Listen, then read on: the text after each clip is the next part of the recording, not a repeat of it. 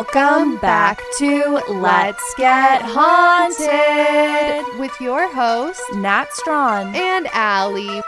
Welcome back, Haunties, to episode 208 of Let's Get Haunted. It is our second episode ever of season 7. We're so excited to be here with video. We are recording video this month to see how it goes. And happy early Valentine's Day to all of the Haunties. What do they do where it's like you try to make like half of a heart, but it's like you just do it with your... Oh, like that. That's what they do. I think this is how you do it. I'm not positive. My fingers like don't bend that way. For those of you who are listening to the audio only, we're talking about the millennial versus Gen Z hearts. Trying to figure out which one's better. Low-grade arthritis in their joints yet, so they can do all kinds of crazy shit that it's true. Do. You're so right, though. When they get older, they're going to be doing the millennial heart just like the rest of us. 2025 is off to a rousing start. For 2025, this is my first episode of the 2025 season, and so I wanted to do something a little bit different, and it might be haunted. It might not work at all. You guys, if it doesn't work at all... I'm sorry, I tried something new. But for this episode, Allie, I was thinking I would do like a PowerPoint presentation because I know you are a visual learner. I sure am. I love PowerPoints, guys. I cannot get enough. Yeah, and if you're in the Patreon, you know I recently did a 2025 predictions presentation. No time to explain. Join the Patreon tier 2. Watch that to see what I'm talking about. And it was so fun. And I was like, you know what? This is how life is supposed to be. And so what if instead of making a Google Doc of a book report that I read for all of these episodes, I do a Google Sheet presentation? Love it. So that's what I'm doing today, guys. I'm ready. All right, guys. Welcome to episode 208, Hotel Zaza, room 322. Allie, have you ever heard of this before? No, I have no idea what this is. I don't think I've ever read those words before. If I can equate it to anything, it's reminding me of the time you told me to watch a movie that was called Room something. Room 1408. Called, Room 1408, and I don't think I've watched it yet, but this is kind of jogging my memory. Maybe I need to. Maybe this is a sign. So first of all, I want to say that this episode idea came from Nomad on Reddit, so thank you very much. This season, I only did episodes that were recommended by Haunties. So if you recommended an episode this season underneath our like, hey, what episodes should we do for next season's tabs on Reddit or Instagram, you might see your topic show up. Oh, that's awesome. Another themed season. I love it. So, Allie, I have a question. Have you ever stayed in a Hotel Zaza? Oh, that's a real place? Yes, it is a real place. I have never. Is it nice? I'm glad you asked. Let's talk about Hotel Zaza. Hotel Zaza is a collection of boutique luxury hotels in Texas. There's one in Austin, there's 2 in Houston, and there's 1 in Dallas. My friend's parents have stayed several times in the Hotel Zaza in Dallas because we used to go to this OU Texas football game at the Cotton Bowl, and there's a Hotel Zaza there. So I have been to this hotel before, and it is cool. Really? It's very swanky. I feel like in like New York or LA, it wouldn't seem like that big of a deal, but for Texas, like Hotel Zaza is a big deal. What kind of vibe? Does it feel like a boutique hotel? Does it feel like a high-end Hilton? I'm so glad you asked. Let's look at some pictures of the Zaza in Austin so you can kind of see what the vibe is. So here's from the outside, and then there's a rooftop pool. Cute. And you can get lovely breakfast by the pool. By the way, guys, if you want to see these images, you can go to YouTube. This is a filmed episode we're having on YouTube just to see what happens with it. So if you want to see these, that's where you can go to see them. There's the lobby, and there's one of the rooms. Cute. Yeah, to me, it seems a little bit boutique-ish. Like the brick and the wood, that to me feels a lot like a boutique hotel, but apparently it's a chain. Nicer than like a Holiday Inn Express, but like not like a 5-star hotel. Yeah, I mean the food looks good. The pool looks nice. Now let's look at the Zaza Houston. So here's Zaza Houston, kind of similar. Here's the lobby. There is massage rooms, there's a spa room, and bathroom. What kind of interior design would we call that? Because it's not safari. It's like in The Sims when you have the Get Famous expansion pack and everything for the rich celebrity households all have, zebra print or leopard print. But I wouldn't call it safari. I would call it like opulent. I don't know. It's not like your traditional luxury. It's more of like rock star or there we like, go. It's like sexy. It's edgy.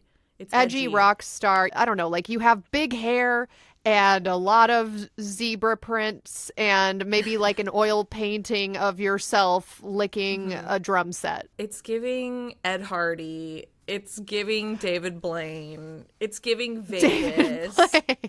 That original YouTube video that went viral was like one of the first videos I ever remember going viral, where it's David Blaine Street Magic, and this guy like keeps going up to the camera and he just is like, David Blaine, and he's like looking at the camera and the guy's drinking something and it turns into Cheez-Its, and then the guy goes into the bathroom to go pee and Cheez-Its come out, like, and David Blaine's just looking at the camera like Street Magic. Exactly what you're talking about. Yeah, exactly. You're right. He would have a zebra print chair in his living room. It's giving magician in Vegas. Like, I don't know why all of the magicians in Vegas, like Chris Angel, like they're all like super edgy with like eyeliner and like crazy edgy hair, and like the guy that would peacock, you know, like, and he wrote that book of The Game about like how to get women by like negging them and peacocking. Oh my god, I forgot about that guy. Yeah. Or like the guy that's on that tattoo show Ink Masters, I forget his name. He was in a band and he's got like a little goatee and he's very skinny and he wears skinny pants. Dave Navarro. He looks like for sure that would be his living room. Which brings me to my next question. Allie, what kind of experience would you expect during your stay at Hotel Zaza based on these photos of the properties? Yeah, I mean, it does seem like luxury, maybe not 5-star, but perhaps 4-star. I don't know. It seems expensive. It seems like bougie. Yeah, I mean, I would expect if you were staying there, you're probably spending a fair chunk of change and you expect to get your money's worth. You expect some sort of luxury that you wouldn't get staying at a DoubleTree. To me, when I see that, I think like party. Like, I don't think like relax. I don't think, oh, you come to this hotel because you want a relaxing weekend away. I think like you go to this hotel because they probably have like cool drinks where they're like on fire when they come to you and you can put it on your story or make a TikTok of it, you know? And For I feel sure, like I agree. There's like probably lots of like sex going on. You don't have like a zebra print lobby if you're not trying to fuck, right? I was just about to say, if you're not down to fuck, yeah, you don't want to walk into the lobby and see like a polar bear pelt in front of a fireplace. Like, you see that kind of shit walking into a lobby, you know there's some high class escorting going on. Exactly. According to Hotel Zaza's own website, hotelzaza.com, the hotels are famous for... Allie, would you like to read that quote? I would. Quote, combining the luxurious ambiance of a resort with the captivating style of a boutique hotel and comfort of home, Hotel Zaza invites travelers to a unique sensory experience. With locations in downtown Austin, uptown Dallas, Houston Museum District, and Houston Memorial City, Zaza strikes the perfect balance between refinement and relaxation for business and leisure travelers alike. End quote. So they kind of like pride themselves on being unique, implementing a comfortable and modern experience with unique design rather than this stuffy old concept of traditional luxury. In fact, the Houston Museum District Hotel Zaza even has an assortment of quote-unquote concept suites. Allie, do you know what a concept suite is? I could be totally wrong, but this just got me very excited because this is like Madonna Inn. When I think of a concept suite, I think of like themed rooms. So at the Madonna Inn, you can pick to stay in this room that looks like a cave, or there's a room that looks like a Victorian parlor. And I love shit like that. I love kitschy decor. I love themes. I love a good themed party. I like to immerse myself and pretend that I'm someone else. Pretend like you're Marie Antoinette wearing a petticoat, or pretend like you're a caveman that just discovered covered fire. That kind of stuff really gets me going. Is that what a concept suite is, or am I about to be very disappointed? No, you're right. That's exactly what a Zaza concept suite is. So let's talk about some of these. The first concept suite is called That's Entertainment. And you can see this little blurb from their website here. Would you like to read about their That's Entertainment suite? Quote, a unique choice in Houston Museum District accommodations. This Houston suite was built for entertaining with its own private theater, host a movie premiere, or watch the big game on a flat panel TV screen while stretching on plush seating. Accompanied by an overstuffed bed and portraits of famous Houston natives, this premier choice in Houston hotel suites is perfect for entertaining a group of people, or just one. End quote. Wow. Okay, so this is like a rich person's at-home private movie theater in their house, but smaller, obviously, right, but combined with like a sexy overstuffed bed that you're just gonna plow on. Very cool. You know, to me, I feel like there's an undertone of like, also, you can fuck here, just so you know this was made for fucking, right? Like to... Straight up. Yeah. It's like, oh, you could have a bunch of people fucking in here or just you, you know?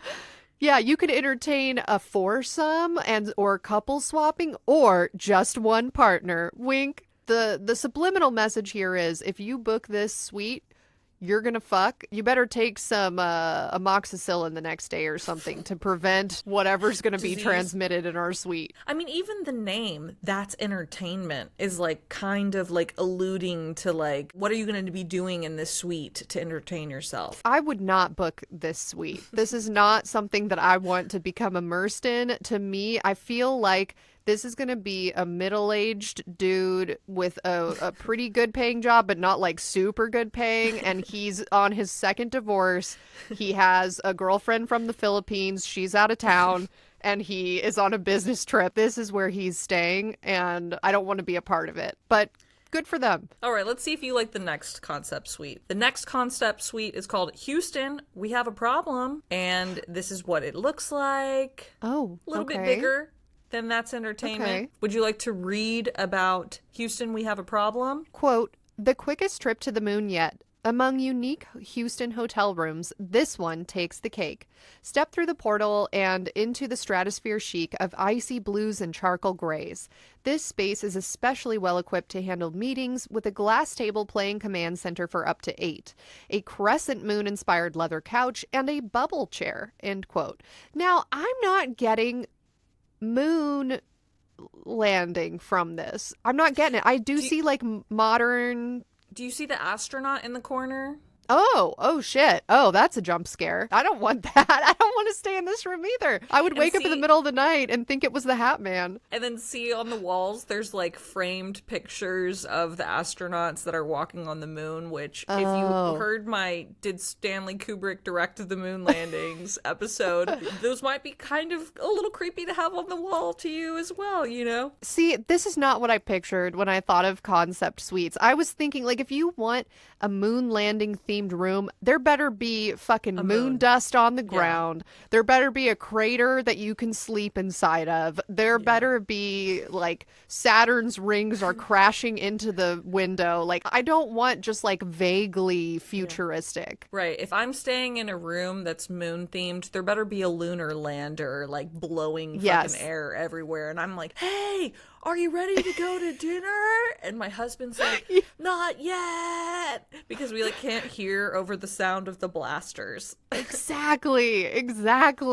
We should have our own Hotel LGH with concept suites. We should. Each concept suite could be themed around a different episode. You guys comment if you would like to stay in Hotel LGH. Then tell us which concept room you would like to stay in. Okay, let's look at some of these other concept suites and see what we've got cracking here. All right, this one's called Villa Champagne.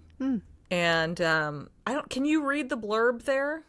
No, I can't. Okay, I'm going to try from this far away. All right, it says, Among luxury hotels in Houston, Texas, Hotel Zaza is certainly unique when it comes to our accommodations. The Villa Champagne is a bohemian-style apartment with Zaza flair. Sink into sumptuous sofas and four-poster bed draped in plush fabrics in this hotel suite in Houston, Texas. Meanwhile, purple velvet cascades down one wall and risque Parisian-inspired artwork adorns the others. Again, you can fucking hear from that. Yeah, this is like you want to role play as a vampire, but not go all the way. You don't want to drink the blood of your compatriot that you kidnapped and brought to this villa, but you could. I understand, and like good for them for swinging for the fences, but it's like it just falls short a little bit. I feel like if you're gonna do a theme, you have to lean all the way into that theme. Okay, guys, tell me if this is a stuck-up attitude.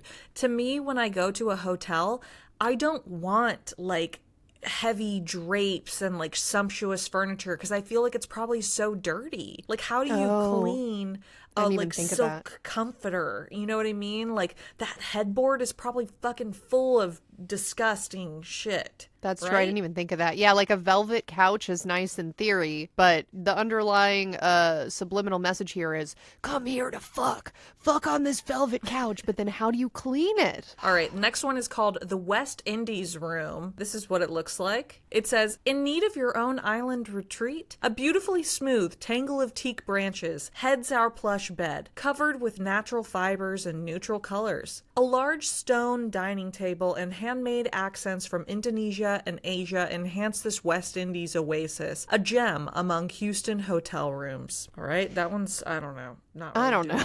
much for me. I don't know. I feel like it's getting worse. Ready for Geisha House? Oh, well, this seems problematic. Alrighty. Painted in deep red hues with rich black accents and furnished with a plush pagoda poster bed and custom chandelier, this is a Japanese-inspired Houston hotel suite with a feminine flair. Witness one of the most unforgettable 5-star hotels in Houston from this luxury accommodation, which includes a serene bathroom retreat complete with teak wood in the shower and soothing pebble flooring. Book this hotel suite in Houston today. So maybe they are a 5-star hotel, but I don't know. It looks tacky, and so I think that's why I don't associate it with a 5-star hotel.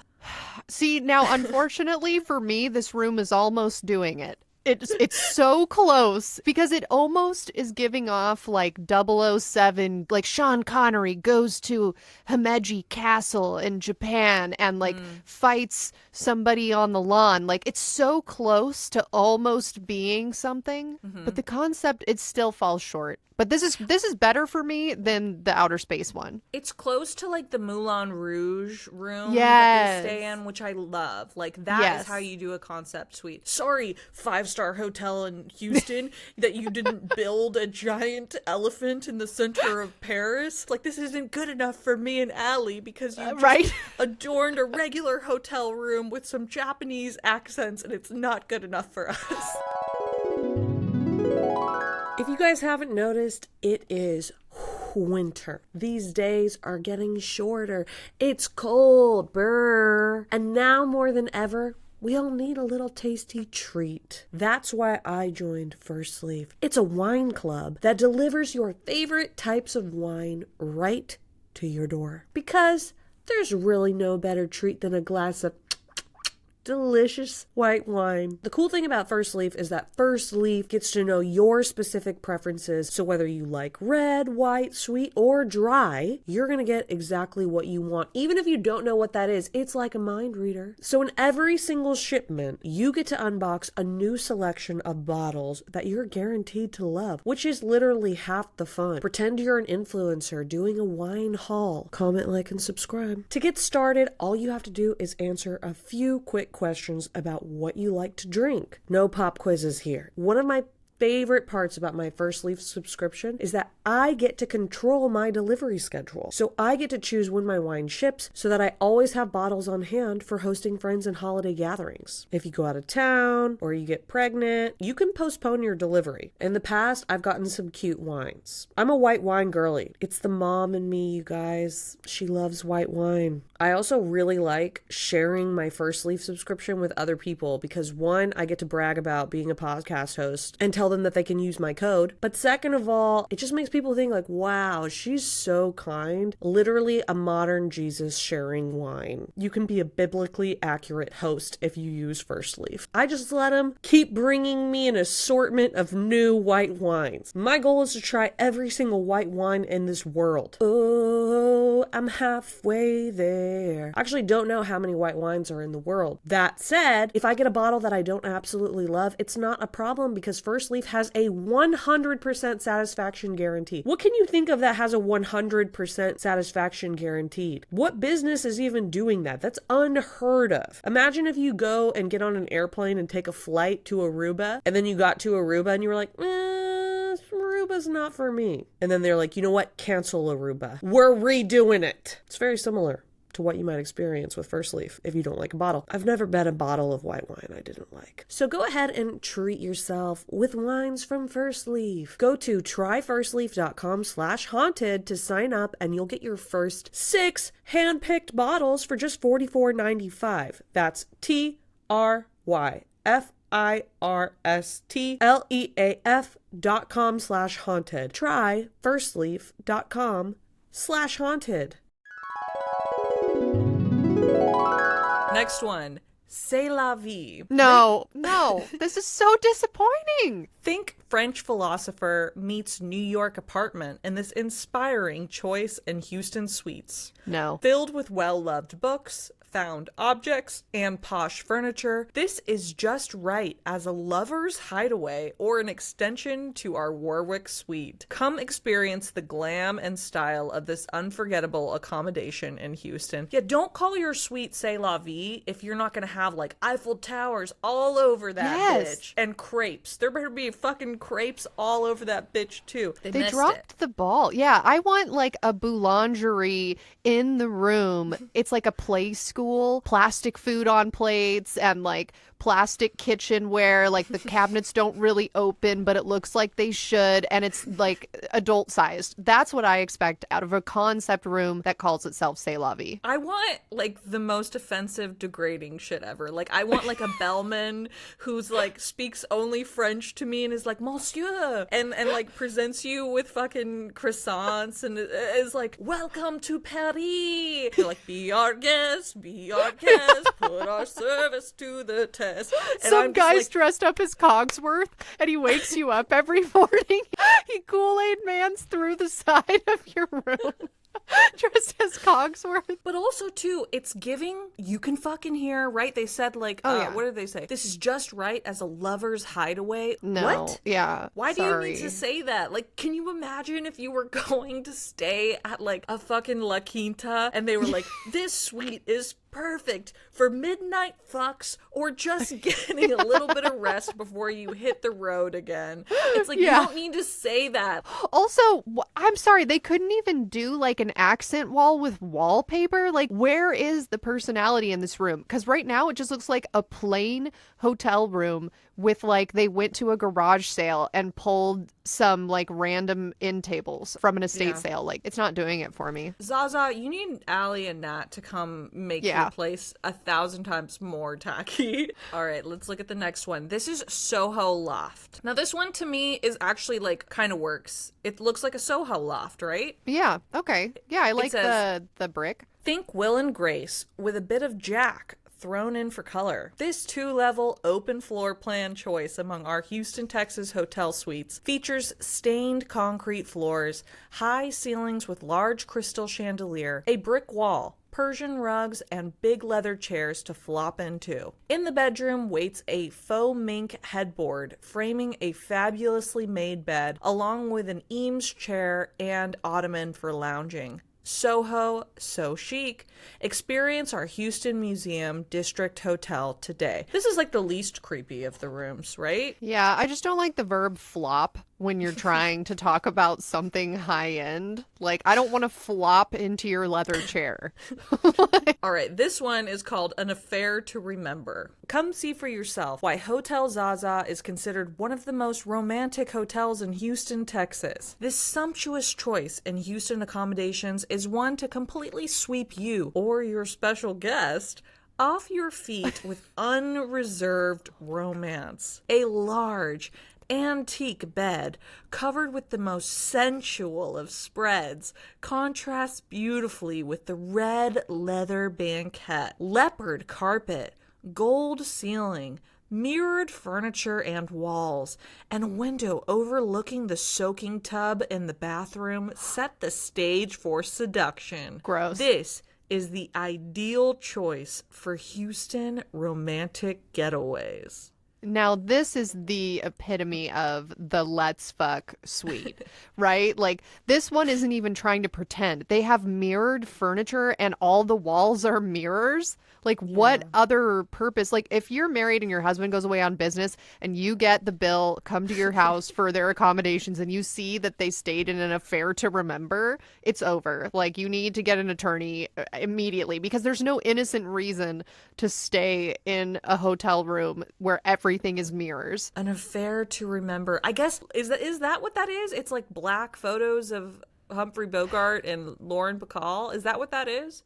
Or I don't know. I feel like a lot of their stuff just seems so dated too. Like the newer generation, I don't even know what this is. I've heard of it before. I think it's a hotel for like people in their 60s to like swing Yeah. at. That's how it feels. I'm curious, you guys, if you're listening to this and you're like laughing because you've stayed in one of these rooms, please tell us. Because I want to know what that experience is like. I want to know if it was worth the cost. I want to know how hard you got plowed. Please tell us. Next one is called the Warwick Apartment. With almost 2,000 square feet, we've created an eclectically artistic studio, an inspiring choice among our Houston, Texas hotel rooms. This suite uses original molding, paneling, and wood floors from the Hotel Warwick days, and we've added shelves piled with books as well. This unique Houston hotel suite also boasts huge armoires, big Chesterfield sofas covered in beckoning fabrics, vintage wingback leather chairs, a 12-foot table for dinner parties, and tucked away in a corner, an easel. This seems somewhat innocent, right? Like that's not, I like it. Yeah, that's not giving like, by the way, you can fuck here. And an easel that you can throw on the ground and fuck on. Yeah, no. This I like better. I'm a big sucker for wingback chairs. Love a good Chesterfield sofa. I could get on board with this. This is fine. All right, next one. Oh, they do have a Casablanca suite. Oh. It says, rust-stained walls with intricate stenciling welcome you to this Moroccan hideaway. An inspiring choice among luxury accommodations in Houston, where Rick and Lisa would feel quite at home on the low-slung couch covered in pillows. Through a massive carved door, you'll escape into an impressively luxurious bedroom and a Moroccan tiled bathroom. One night stay is enough to make you forget the last plane out when you stay in this unique Houston, Texas suite. Yeah, this is fine. They're wearing me down. They're wearing me down. As you show me more and more slides, I'm like, well, it's fine. So these concept suites range from about $400 a night to $1,500 a night based off of what I was looking to book. Now, I'm sure in the off season, maybe they go a little bit lower. In the up season, maybe they go a little higher. So that's just what I saw when I was like trying to book one of these suites for each one of them. Allie, what kind of experience would you expect from staying in one of those concept suites? I would expect that you're guaranteed to get laid. I would expect that it's like they're bringing you room service. They're folding towel swans for you when you step out of the room. You come back, you know, like your towel has been... Yeah, like I expect that they're coming in and they're tidying up, but not just replacing the towels. If you're going to pay that much, $1,500 per night, first of all, that's insane and no one should ever do that. But let's say you did that. Then they better be coming and like scrubbing the grout, you know, every time you leave your hotel room. It should be extremely clean, extremely high end, mint chocolate on your pillow. And if Turned you're on allergic service. to chocolate, yeah, there better be like a viable alternative, you know? Like they should be accommodating every whim that you have if you're paying $1,500 a night, because that seems insane. Yeah, especially for like Houston, Texas.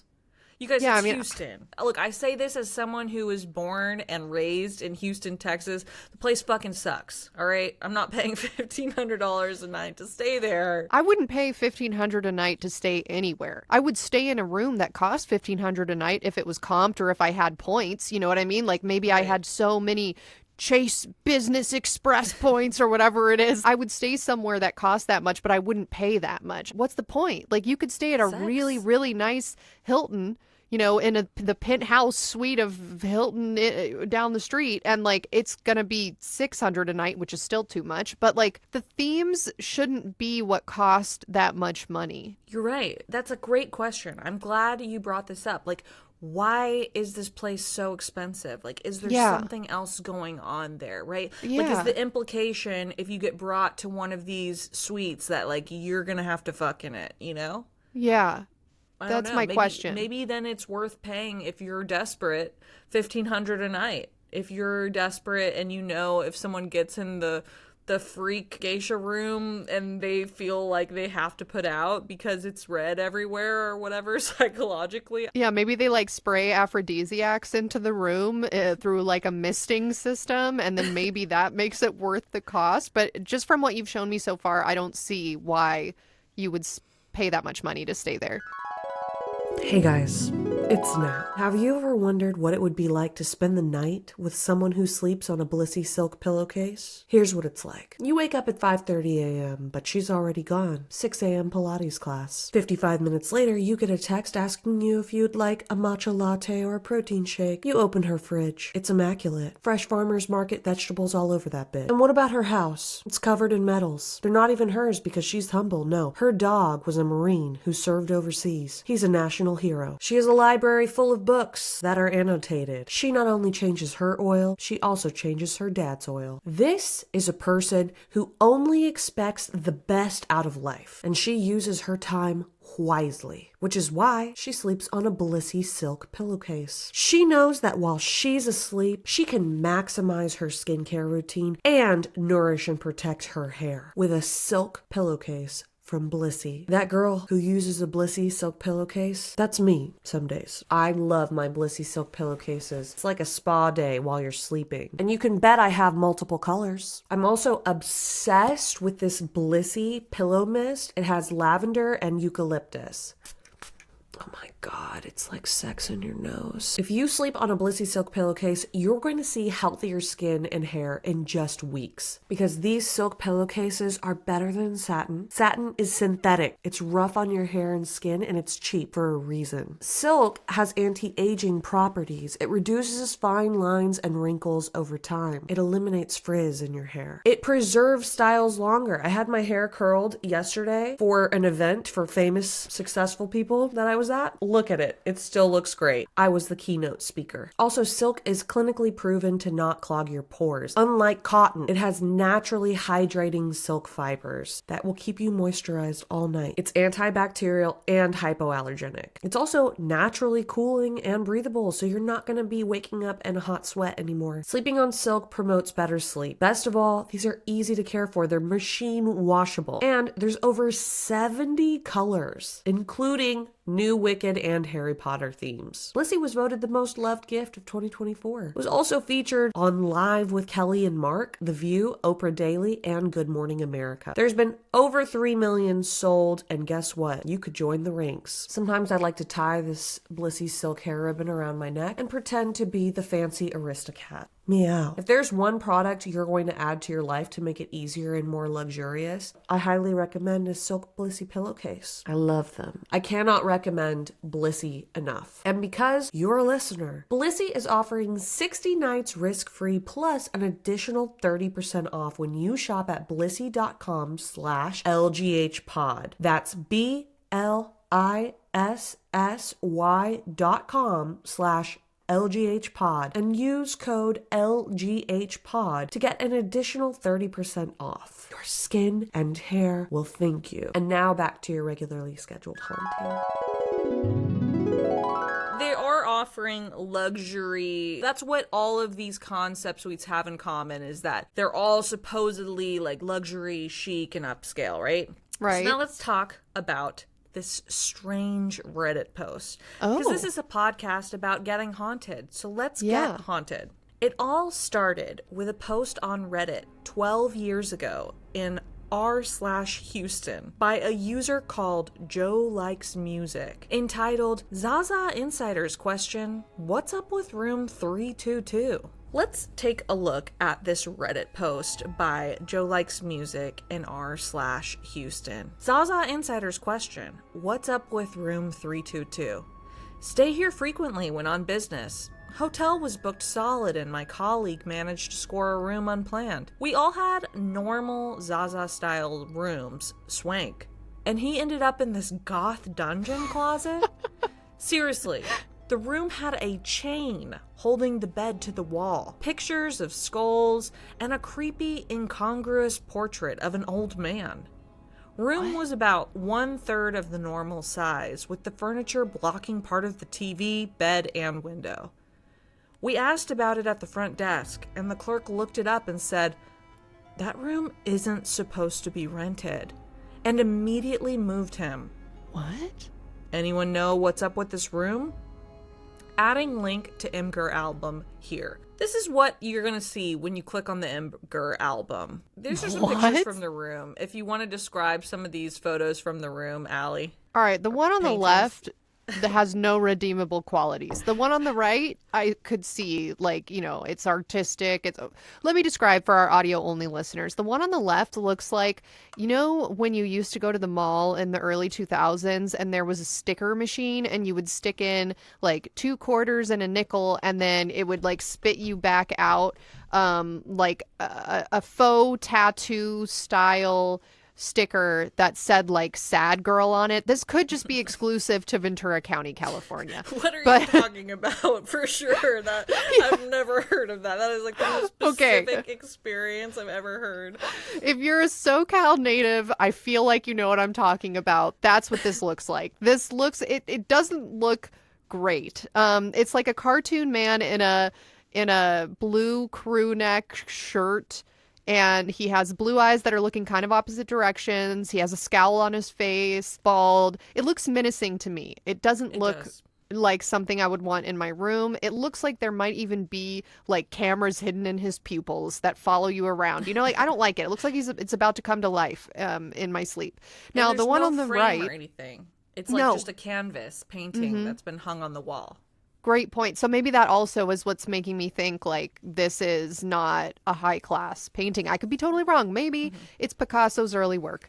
Then on the right hand side, there is like a fucked up, creepy looking lady and her twin, and they're connected by their hair. But it's better than the one on the left. Like the one on the right, I could see that being in a museum. I could see it, you know, being in some like indie art house or up in a coffee shop in LA, like in Silver Lake. I could see it. It's still creepy, but I can see the potential. The one on the left, it just looks like you would go to your local county fair and there would be a man that looks like a train conductor hobo that is painting this, you know, like he's drawing caricatures of people. Sorry to this man. I will say when my 3-year-old came into my office and saw me putting together this presentation, he saw that picture and he goes, who is that man? He's scary. And then he was like, I'm running away. That man's scary. He's going to get me. And he ran out of the room. Enzo knows. Yeah. Wow. I feel validated. Here's some other pictures of the room if you want to describe. Yeah, I see why it was described as goth dungeon. There are chains from a faux brick wall. There is like a metal end table. There's like some weird, it almost looks like the bed is facing the wrong direction because you have these 2 wall sconces that first of all are not cute. You know, it looks like a prison, actually. It looks like it's a prisoner's room with a skull above the bed. The bed's facing the wrong direction. Yeah, it doesn't look well put together at all. I wouldn't want to stay there. Here's some more pictures of the room. More skulls. Oh, and just some random guys. There's like a businessman's headshot in a frame above one of the walls, like across from the bed. We'll get to that man in a second, but before we get to that man, look how small the room is, right? Yeah, like it's little. You can barely walk, and I don't know if you can tell from these pictures, but there's no carpet. Like the flooring's been taken up. Oh, See creepy. That? Yeah, okay, I didn't notice at first, but yeah, you're right. Now let's talk about this man on the wall. Allie, do you want to describe this picture that's on the wall in this concept suite, room 322? I really hope that this man is a freak, because if he's just like a nice man and somebody printed off his photo and put it up in their sex dungeon, like I feel really bad for him if that's what happened. But yeah, it just looks like some guy that would be on like a board of directors directory if you walked into some hospital and it has like the whole board's photos up. That's what it looks like. It's like a guy, he has something on his lapel. I can't really tell what it is. In my head canon, I'm thinking maybe it's like an American flag pin attached to his lapel. He's wearing a, looks like maybe blue or gray tie, a white shirt, like a black suit jacket, and he's got a little gray mustache and gray wispy hair, and he's just a white guy. Kind of seems pinkish reddish. Maybe he got a sunburn recently. Maybe it is the contrast is turned up on the photo, not sure. And yeah, his photo is just framed. It's literally a business headshot. Like you don't take this picture unless it's going on a wall at your place of employment. Yeah, for sure. Or it's going on a website that's like... Or LinkedIn, this is yeah. the executive of executives, yeah. Yeah. So, yeah, what is the deal with this picture? It kind of seems like it doesn't go with anything else in the room. Like, the other pictures in the room were creepy, but this one is, like, literally just, like, a businessman's headshot. Yeah, that's weird. So that original Joe Likes Music Reddit post, the strange Reddit post, continues. Edit to add the follow-up to the Houston Press link. Now I have to go and see if I can make reservations in the yacht room. Edit number 2. Chronicle emailed and I put them in touch with my friend who stayed in this room. Link. His name isn't Max, but that isn't the point of the story. I still don't understand why these rooms aren't on the website when all the other themed rooms are. And this is a hotel, meaning they want to rent rooms. So when I clicked on the Houston Press link, it was a broken link. When I clicked on the next link he posted there, it was an article. We're going to read part of that article from the Houston Chronicle. So basically this guy went to this room, Hotel Zaza, said it was a weird room. He was like, what's the deal with this room? The lady's like, oh, I'll move you. Like, we don't usually have people in that room. And then he posted to Reddit being like, what is up with this room? And then it kind of like caught some steam, and like the Houston Chronicle started talking about it because it sort of went viral on Reddit. So this is the link to the Houston Chronicle article. The article is called The Story Behind Zaza's Goth Dungeon Closet by Sarah Rufka, updated February 20th, 2013. Allie, do you want to read? Absolutely. The excerpt? Quote, "There's nothing like the strange vibe of room 322. When one guest booked a last-minute room at the Zaza, he ended up in what his friend called a goth dungeon closet in a post on a popular internet message board Reddit. The first thing that struck me was lack of carpet. I thought it was unfinished," said Matt Robinson, who was visiting Houston from California for work. Looking around, it got a little more weird. There's a skull and pictures of these large-eyed, long-necked characters. The room is described as being a third of the size of a normal Zaza room, with a bed chained to the wall and exposed brick. Curiously, there's also a portrait of a man who appears to be former Stanford Financial Group executive Jay Camau, or Camau. I don't really know how to pronounce it, guys. It's a French last name, Comeaux. Camau. Okay, moving on. Since the hotel is a historic hotel, all rooms on each floor vary in size, and they really wanted to use all the rooms in their existing size, said Zaza Director of Public Relations Kyra Coots.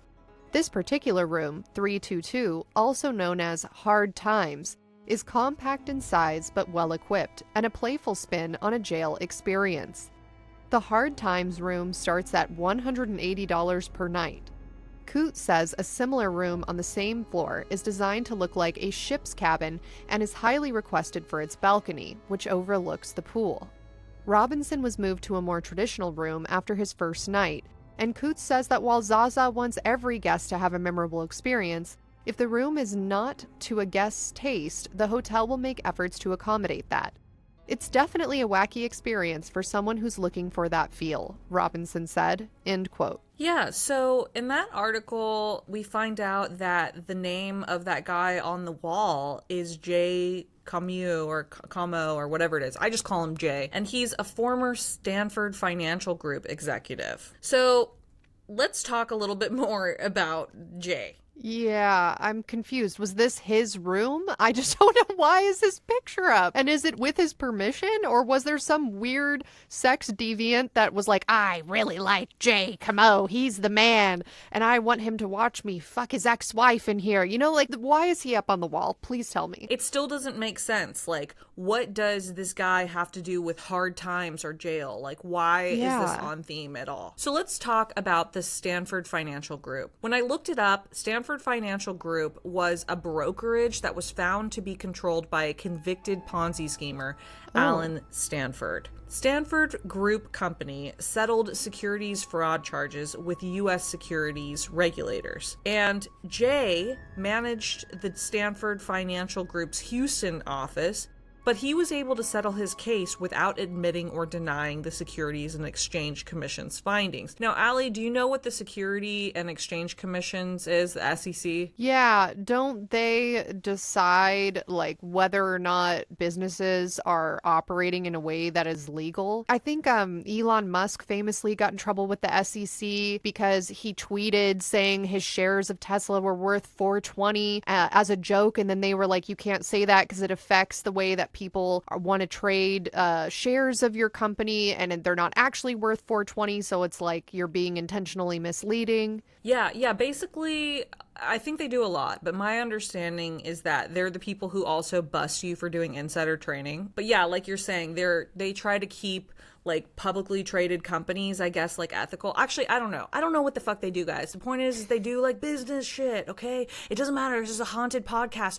We don't give a fuck what they do. In the context of this episode, all you need to know is that the SEC found out that Stanford Financial Group was operating as like a Ponzi scheme under this guy, Alan Stanford. And Jay, the dude on the wall, apparently managed their Houston office and was able to like lawyer his way out of going to jail. So Allie, what does all this mean? Stanford Financial Group was charged and then shut down by the US federal government for running a huge Ponzi scheme.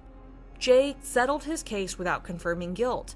Is having Jay's portrait in the Hard Times suite a way of putting Jay in jail? Is that what it means? Interesting. Yeah, like, but also who even knows who this guy is? It seems like a weird inside joke with whoever designed the room or the owner of the Zaza hotel.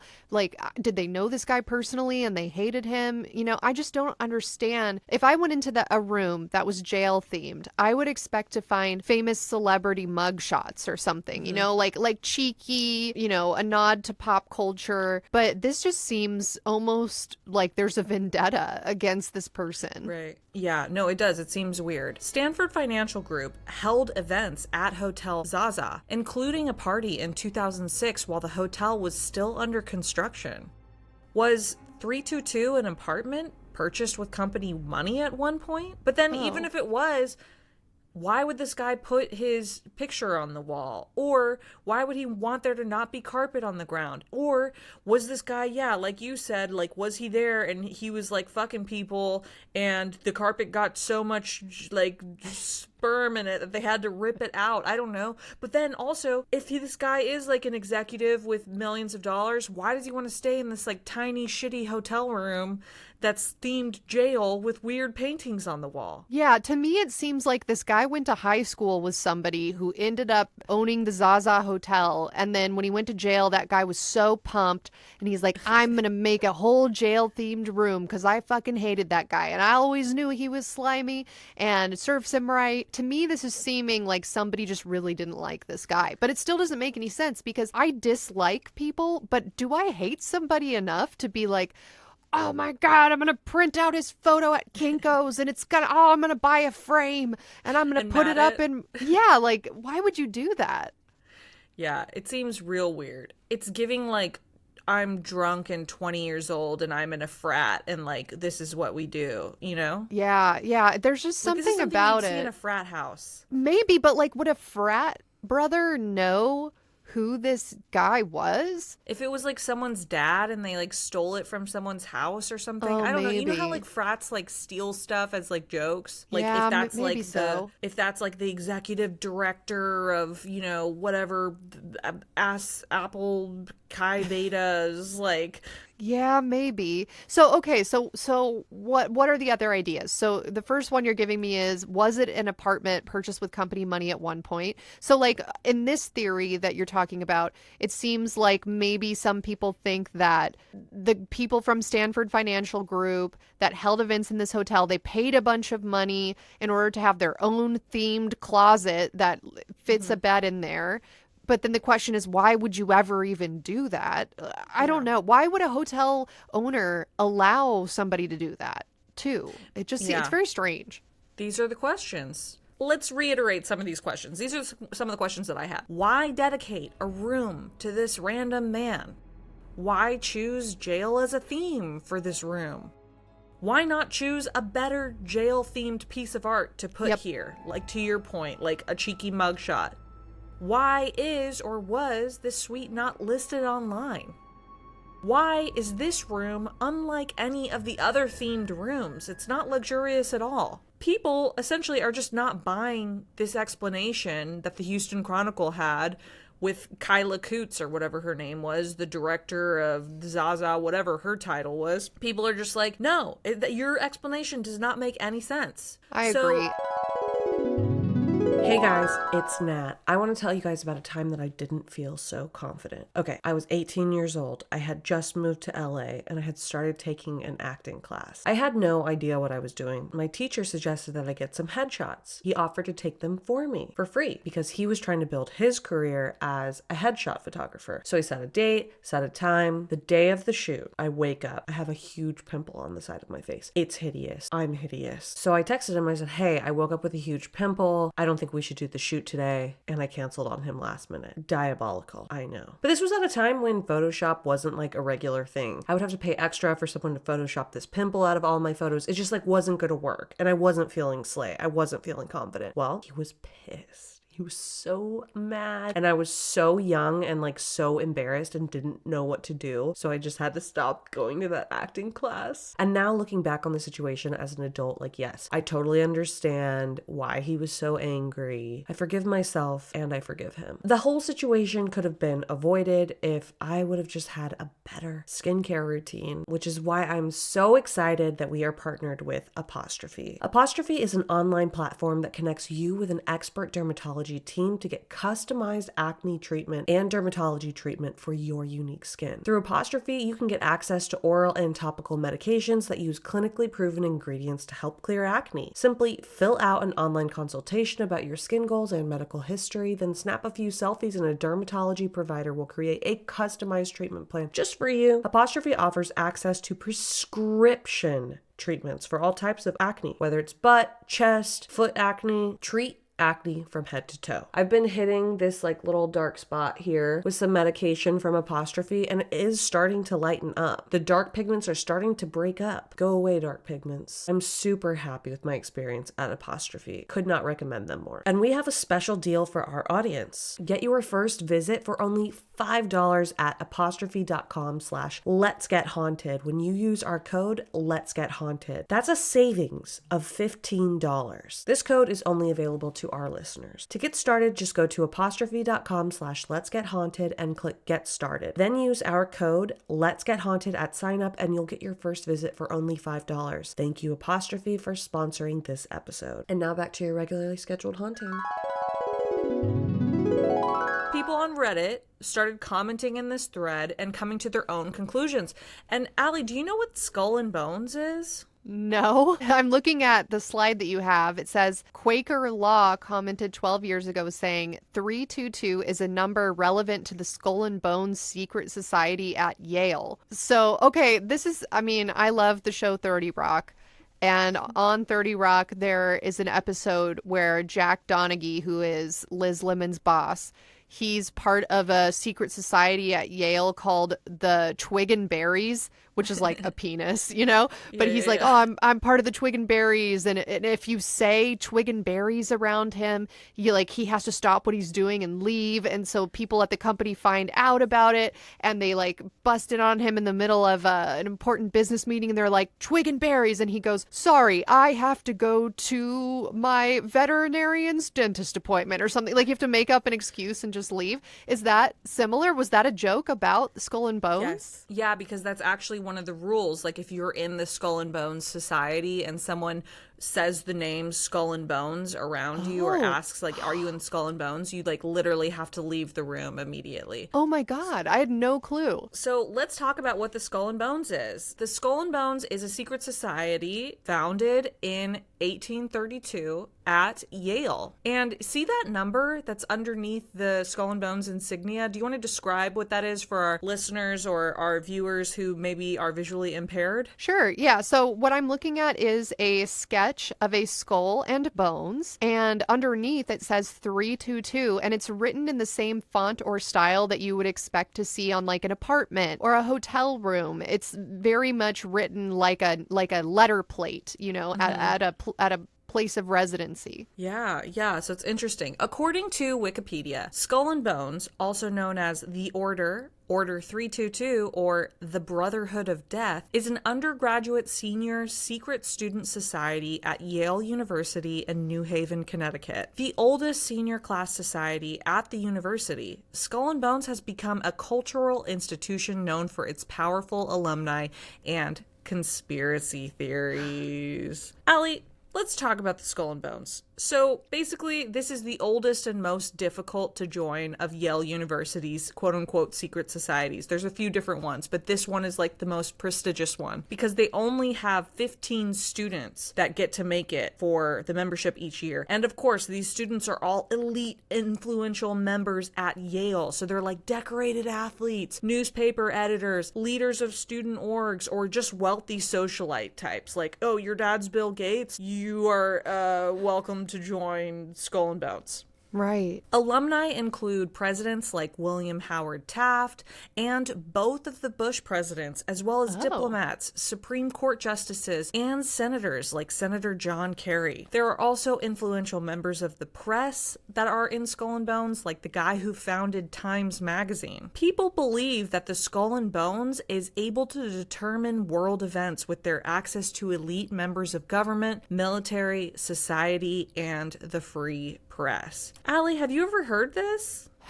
No, I haven't. I mean, it doesn't surprise me. I've heard that Yale has a lot of different secret societies, quote unquote, or like very exclusive clubs is always the way I thought about it. Yeah, it reminds me of the Freemasons, but 15 people each year. I mean, that's very, very small. That's ridiculously small. It seems kind of incredible that it would even still exist, first of all, with that small amount of people let in each year. And second of all, how do people even know about it if it's that small? Yeah, it's crazy. I was looking on Wikipedia about the Skull and Bones. You guys, we don't have time to go into everything about Skull and Bones because it's just one of the theories of this episode. But it was like they have like over $17 million like in their like fund that supports their like little club or whatever, and they own all this like crazy property and stuff. Like it actually is very interesting, the kind of influence and power that this club is comprised of. There's so many different presidents that have been in Skull and Bones. It's crazy. But it's probably just another edgelord alternative to a fraternity or a sorority, right? Like, what secrets could they possibly actually have? Like, Allie and I both were in a sorority. Now, it was not that prestigious. Actually, I think it was like the worst sorority on campus by the time. No, well, I don't know why you think that. We were literally... Because we got, like, kicked off campus. When I started, it was like, oh, like, we have the best grades on campus. Like, we win, like, all these, like, campus events. Like, we were like sorority of the year last year. And then by the time I graduated, it was like kicked off campus, worst grades in the school, like almost killed someone. Like, Yeah, I mean, look, Nat never showed up to anything. I barely showed up to stuff. The only reason why I joined that sorority is because I was like, well, if I'm going to join a sorority, I want to join one of the best ones. That one, and there was one other that were always in competition for like number 1 and 2. But your senior year, so I wasn't in the sorority anymore at that point because I had graduated. Your senior year, the president, while she was a president, somebody's mom, like a pledge's mom, sued the school saying, you made my daughter drink. But then it turns out the daughter was not at like a sorority sanctioned event. Look, I'm not caping for the sorority. I'm just saying I always thought it never made any sense. But the school, because it was a religious school, small private school, they were like, we're suspending because somebody got drunk. And I always just thought that was super lame of that mom. I mean, I don't know the whole story. Maybe there was something weird going on. But the story that was being passed around at the time amongst the alumni was like she went to a frat house and drank and then went back to her dorm and was like, called her mom. Blamed it on frat life because probably the girl was like, oh, you know, it was a sorority didn't want to get in thing. trouble. Yeah, that was, and who knows, maybe that's not true, but I'm just telling you, I got real fucked up on my own volition through no influence of a sorority or fraternity when I first joined college. I was not in a sorority my freshman year. I was so fucked up that entire year. And for sure, if I had ever had to go to the hospital, my mom would have been like, you're a fucking idiot. Like, it's not anyone's fault but your own. But maybe that's just toxic parenting. I don't know. But my point is, like, you think like college kids, secret society, it's probably just like the same Greek life, like bullshit, right? You know, like that's where my head goes. But Skull and Bones is actually kind of weird. What is 322? According to Wikipedia, the society's badge is gold and consists of a skull that is supported by crossed bones with the number 322 on the lower jaw. Members worshipped Eulogia, a fictional goddess of eloquence. The number 322 appears in Skull and Bones insignia and is widely reported to be significant as the year of Greek orator Demosthenes' death. I've never heard of that person. Demosthenes? Greek orator Demosthenes' death. A letter between early society members and Yale's archives suggests that 322 is a reference to the year 322 BC and that members measure dates from this year instead of the Anno Domini. In 322 BC, the Lamian War ended with the death of Demosthenes, and Athenians were made to dissolve their government and establish a plutocratic system instead, whereby only those possessing 2,000 drachmas or more could remain citizens. Documents in the tomb have purportedly been found dated to Anno Domestheni. One legend is that the number represents founded in 32 second corps, referring to a first corps in an unknown German university. Another possible reference of 322 is the Freemasonic Lodge of Virtue and Silence, number 322 in Suffolk, UK, signaling a fraternal but unspoken sponsorship between the two secret society organizations regarding which silence is considered virtuous. Lodge 322 was founded in 1811, 21 years before the creation of the Skull and Bones in 1832. So I understood none of that, and now I'm on board, and it seems just like an edgelord frat. I don't know. This whole thing about Demosthenes' death or whatever you say is weird. But let's look at this last sentence here. In 322 BC, the Lamian War ended with the death of Demosthenes, whatever, and the Athenians were made to dissolve their government and establish a plutocratic system. Those possessing 2,000 drachmas or more could remain citizens. I don't know. To me, is that kind of like elitist? It's like, oh, we're excited about this idea that like you can't be a part of this new society unless you have 2,000 drachmas. Drachmas, that's currency, right? I have no clue. I don't understand any of this. I thought you were you would know what it meant. That's why I put it all down there, because I was like, make sure to ask Alyssa what this means. A drachma is a former currency of Greece. You guys tell me, am I getting the read on this right? In 322, after this war ended, this famous orator died, and the Athenians and Greece had to dissolve their government and establish a plutocratic system, and only people who had 2,000 of these Greek currencies or more could remain citizens. So it's kind of like buying your way in to citizenship of Greece. If drachmas is money, which is what you're saying it is, then yeah, it does seem very elitist. It seems like this organization would be directly tied to the wealth that you bring into the organization, especially if it only allows in 15 people. Like, going back to the analogy between this organization and sororities and fraternities, part of being in one of those groups is that you have to pay dues, and those dues go towards keeping the society going. And that's why it's very unusual to find even a club that has as little as 15 people let in per year. So I wonder if, yeah, you need really wealthy, well-connected people to be let in, since you need people to be contributing a lot more than what you would contribute to a regular sorority, fraternity, or club. If you only have 15 people and regular dues, let's say a regular dues for a sorority is $300 a year. Let's just throw a number out there. And there's 300 people in that sorority. For a 15-person organization, I mean, what's the equivalent? Each person needs to be paying what, $3,000 a year? I mean, you would have to be wealthy and well connected. So that's interesting that there is this connection between a small, exclusive society of rich people and a small, exclusive society of rich people. Yeah, now, the Skull and Bones hasn't come out and said what 322 means. These are just people guessing at what it could possibly mean. So that's why it's like one legend is also that it means that 32 Second Corps, referring to a different place in like an unknown German university. Then there's this other idea that perhaps the Freemasons are connected with the Skull and Bones Society. And people point to, hey, perhaps this is true because Lodge 322 was founded 21 years before the creation of Skull and Bones in 1832. So it would make sense that the Skull and Bones were like,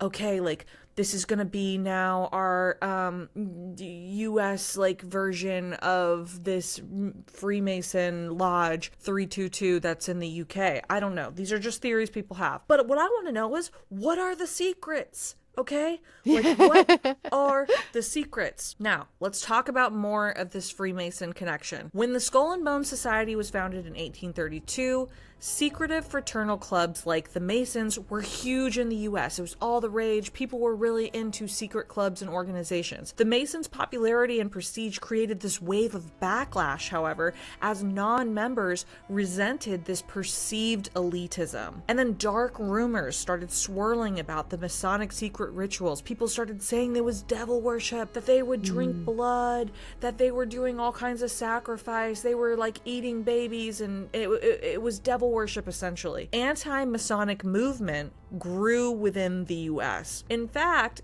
Phi Beta Kappa, which was the U.S. Academic Honor Association, responded to this backlash to the Freemasons by renouncing its own oath of secrecy and starting to be transparent, like, this is what we do, this is who's in our group, because they were saying, you know, we're academic, we are renouncing the secrecy, it's not important to us. So, in response to Phi Beta Kappa, quote unquote, giving in to this populist conformity, the Skull and Bones Society was created to be an even more secret society than the Freemasons. In fact, founder of the Skull and Bones, William Russell, originally called the Skull and Bones Club the Eulogian Club after a mythical Greek goddess of eloquence. The Eulogians used the symbol of a skull as their totem, and eventually the name changed from the Eulogians to the Skull and Bones that we know today. So maybe this formed out of resentment of populist ideals, the Skull and Bones. So is that what they're upholding today? I don't know.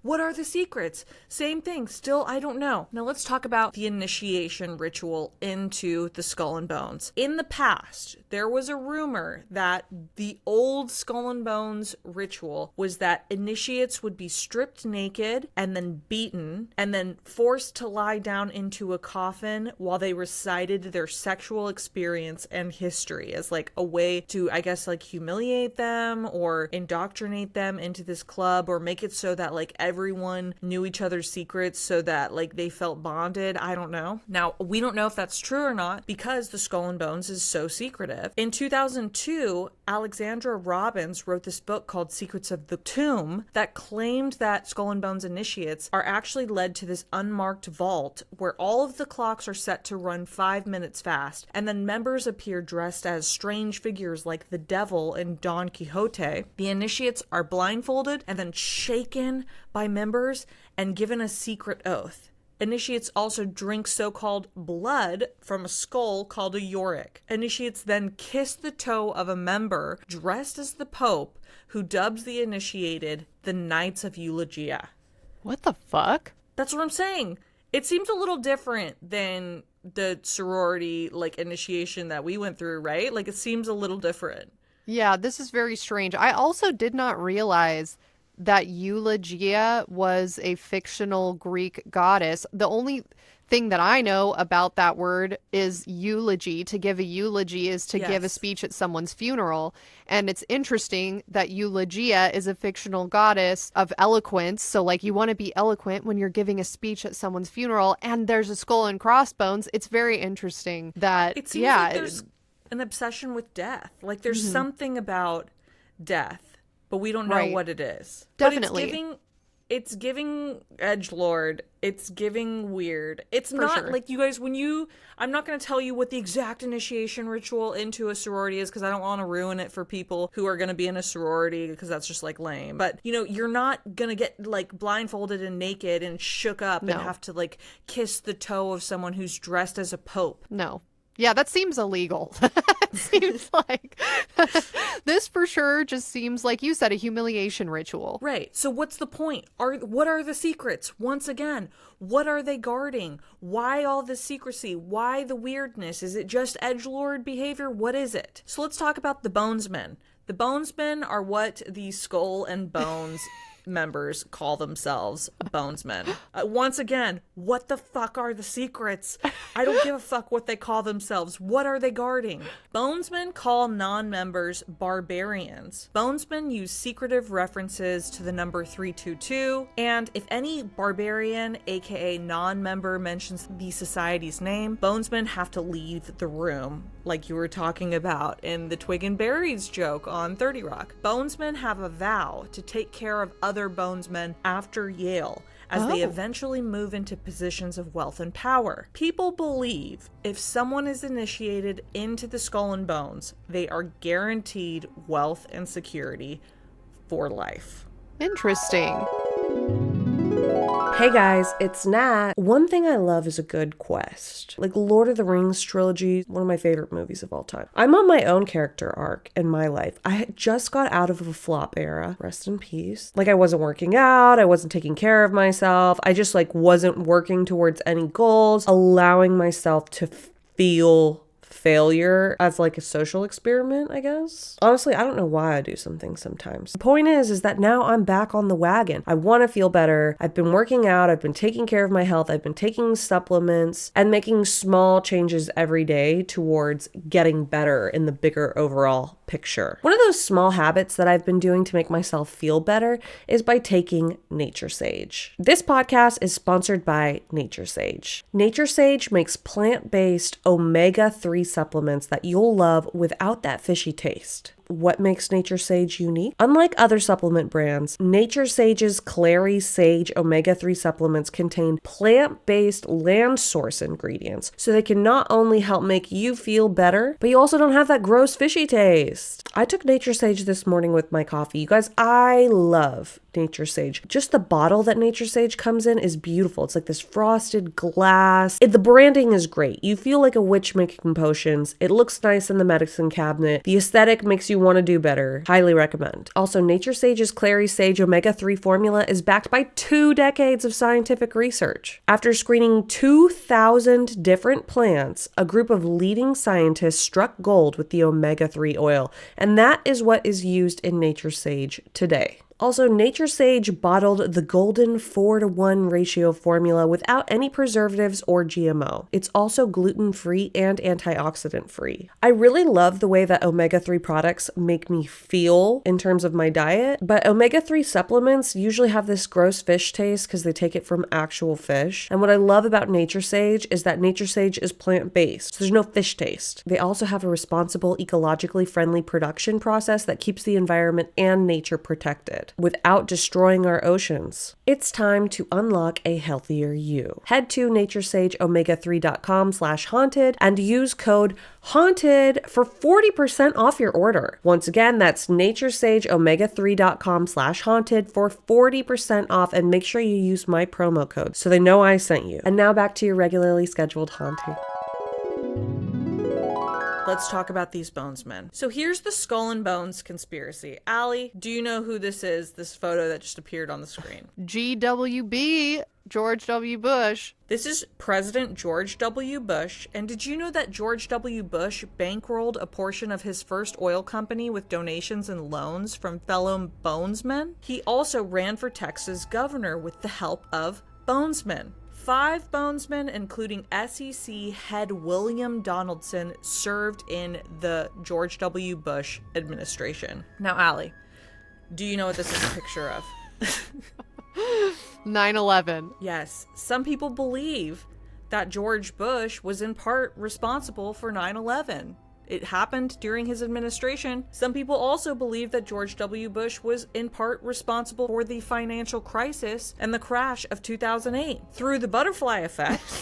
Some people believe that perhaps the financial crisis of 2008 is what allowed BlackRock to become so popular today. Now, if you guys don't know about the BlackRock conspiracy, you need to go back to last season, listen to my episode on the BlackRock conspiracy. There's all kinds of gold in there. So that's part of the Skull and Bones conspiracy, is that George W. Bush was in the Skull and Bones, had all of these people who were also bonesmen help him rise to power, right? Like help him become president. And then in his administration, he had a bunch of bonesmen. And then look what happened. Connect the dots, people. I don't know.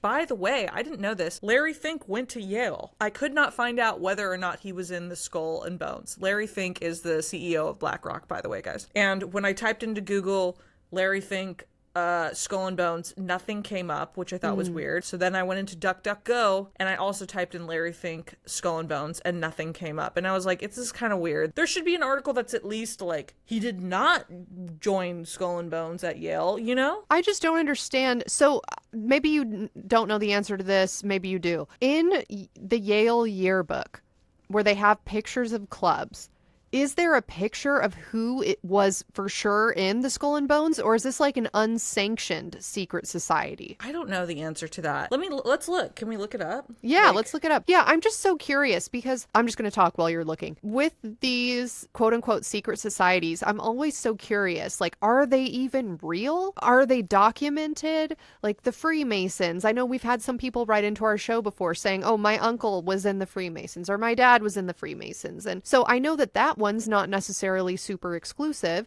I mean, there's other clubs and organizations, like the Kiwanis Club is in Ventura County, and like I know I've worked with somebody who's in it, but like even that, it's like a lot of them are just based around charity and hanging out and like having a good time and going to meetings with each other and like drinking on the weekends.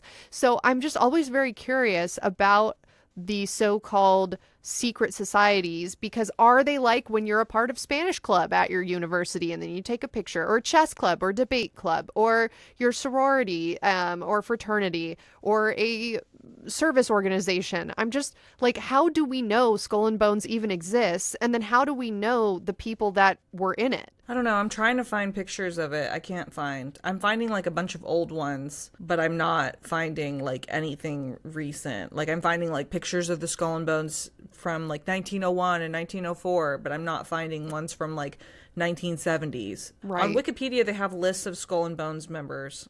Oh, okay.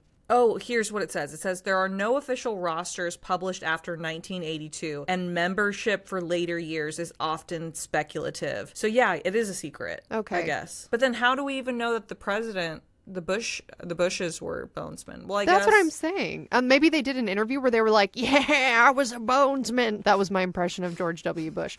But I like, maybe that's how, like, maybe some people dox themselves. All right, let's talk about the next person in the Skull and Bones conspiracy. Allie, do you know who this is? Oh, fuck. That's Charlie Chaplin. Just kidding, guys. That was a joke. That's Hitler. Some people believe that the Skull and Bones Society helped usher in Hitler's rise to power. Now, why do people think this? Because Hitler's financier stashed $3 million in the Union Banking Corporation, whose directors included bonesman Prescott Bush. Prescott Bush was the father of the first President Bush and grandfather to the second President Bush, all of whom were bonesmen. Now, let me re-jog your memory, Allie. Right there. See this? George W. Yeah. Bush? Yep. 9/11? Yep. Financial crash? Yep. Connected to Adolf Hitler. All right, guys, stay with me. Wow. Keep up, people. Keep the fuck up here. All right, we're going to talk about the next person. Do you know what this is? This is a picture of? War-torn country. This is the aftermath of Hiroshima after an atomic bomb was dropped on them. Okay. Yeah. I mean, devastating. Some people believe that the Skull and Bones Society was responsible for the dropping of the atomic bomb. Okay. Go on. Why do people think this? There were several bonesmen in FDR's administration. FDR's Secretary of War, Henry Stimson, was a key member in the Manhattan Project, which was a top-secret World War II program to develop the first atomic bomb. What do you think of that, Allie? I mean, I don't know. I don't know what I think of it. I think it makes sense that if you have a secret society full of super rich, well-connected people, that they would go on to continue to be super rich and well-connected. So, yeah, I mean, I could see that. That's like a pretty influential place to be. Like, you're part of the fucking Manhattan Project, the project who eventually would drop atomic bombs like on Japan. Like, that's crazy as fuck. Like, the butterfly effect from that event is so powerful. Like, that ushered in basically like all of modernity after that. Like, the way that we run society today, the way that we have foreign relations, the way that we talk to other countries, the way that we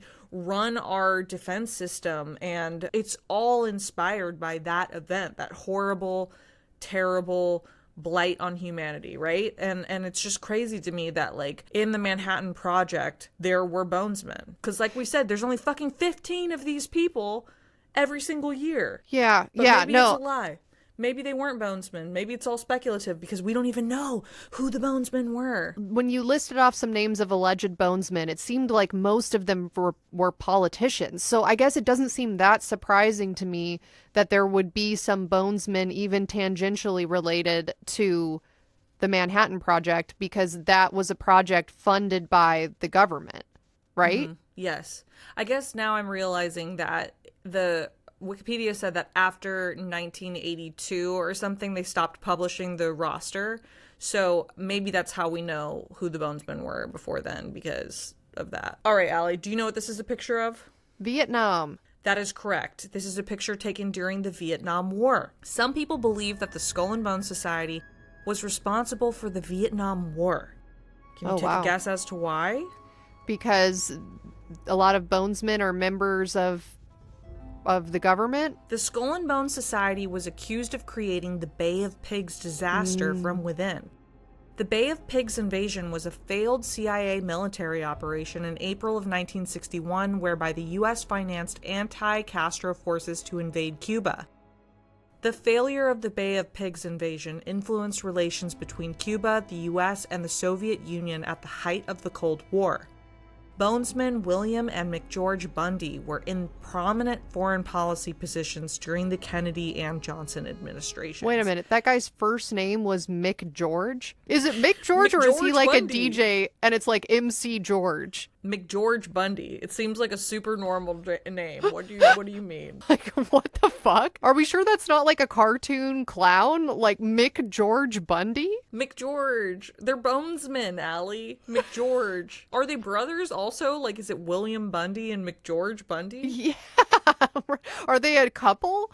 Are William and McGeorge married? Like, what? I don't understand. All right, let's go back to our friend Jay. How is Jay that guy's random photo that's on the wall of room 322 connected to the Skull and Bones Society, if we're to go along with this conspiracy. Some believe that Jay was connected to Hotel Zaza president Benji Holmesy.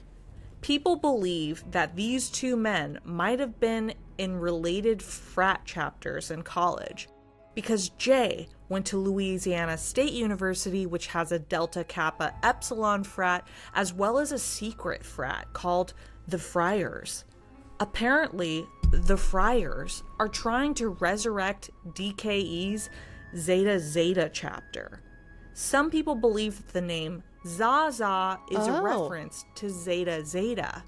Also, Benji Holmesy, the president of Zaza, is alleged to be the Benny H signature on the room paintings. Now, I'm going to jog your memory. Remember this weird portrait we talked about in the very beginning? If you look at the very bottom, doesn't it look like it's signed Benny H?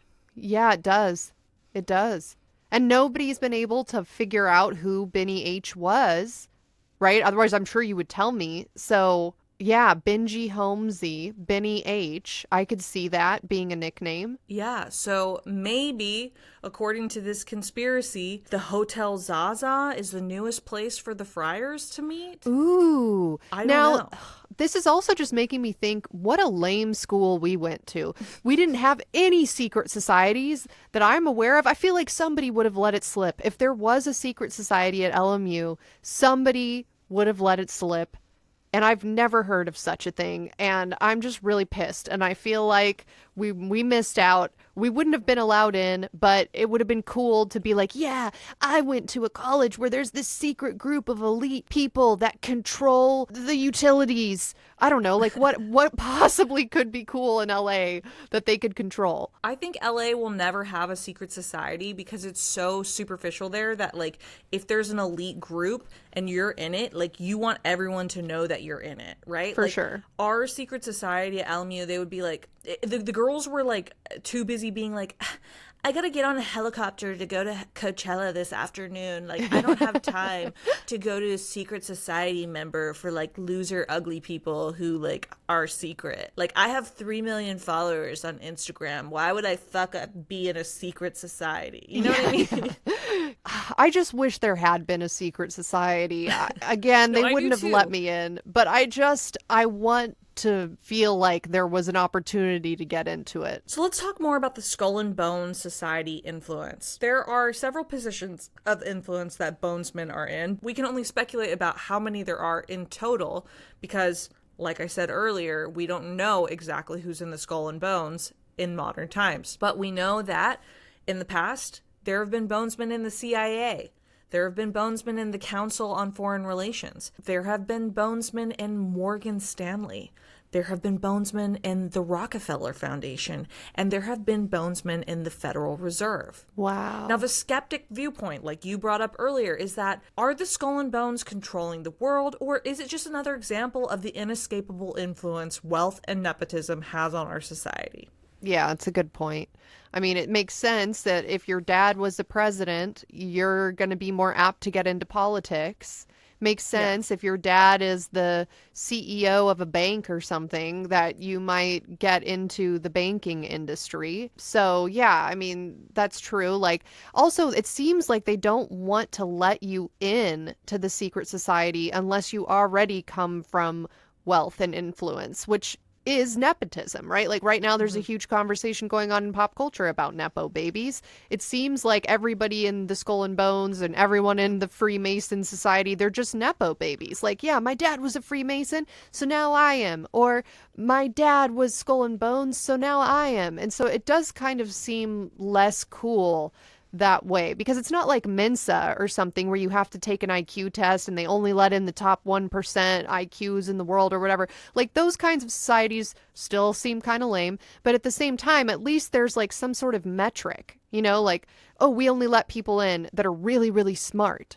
But for this one, it kind of just seems like we only let you in if your dad was cool. Or like you're really good at sports, apparently. Yeah. Here's another theory that goes apart or perhaps together with the Skull and Bones conspiracy, is that perhaps the room is a sex dungeon. Do you want to read that comment there? Yes, this was commented by Flomo420. Quote, "The way the mirror is mounted, it actually looks recessed into the wall, combined with the fake brick / smaller size, gives this theory an awful lot of credibility, especially as user Hobo Balls points out that it looks like a room where old Yali Skull and Bones would bring in hookers so their depraved friends can watch."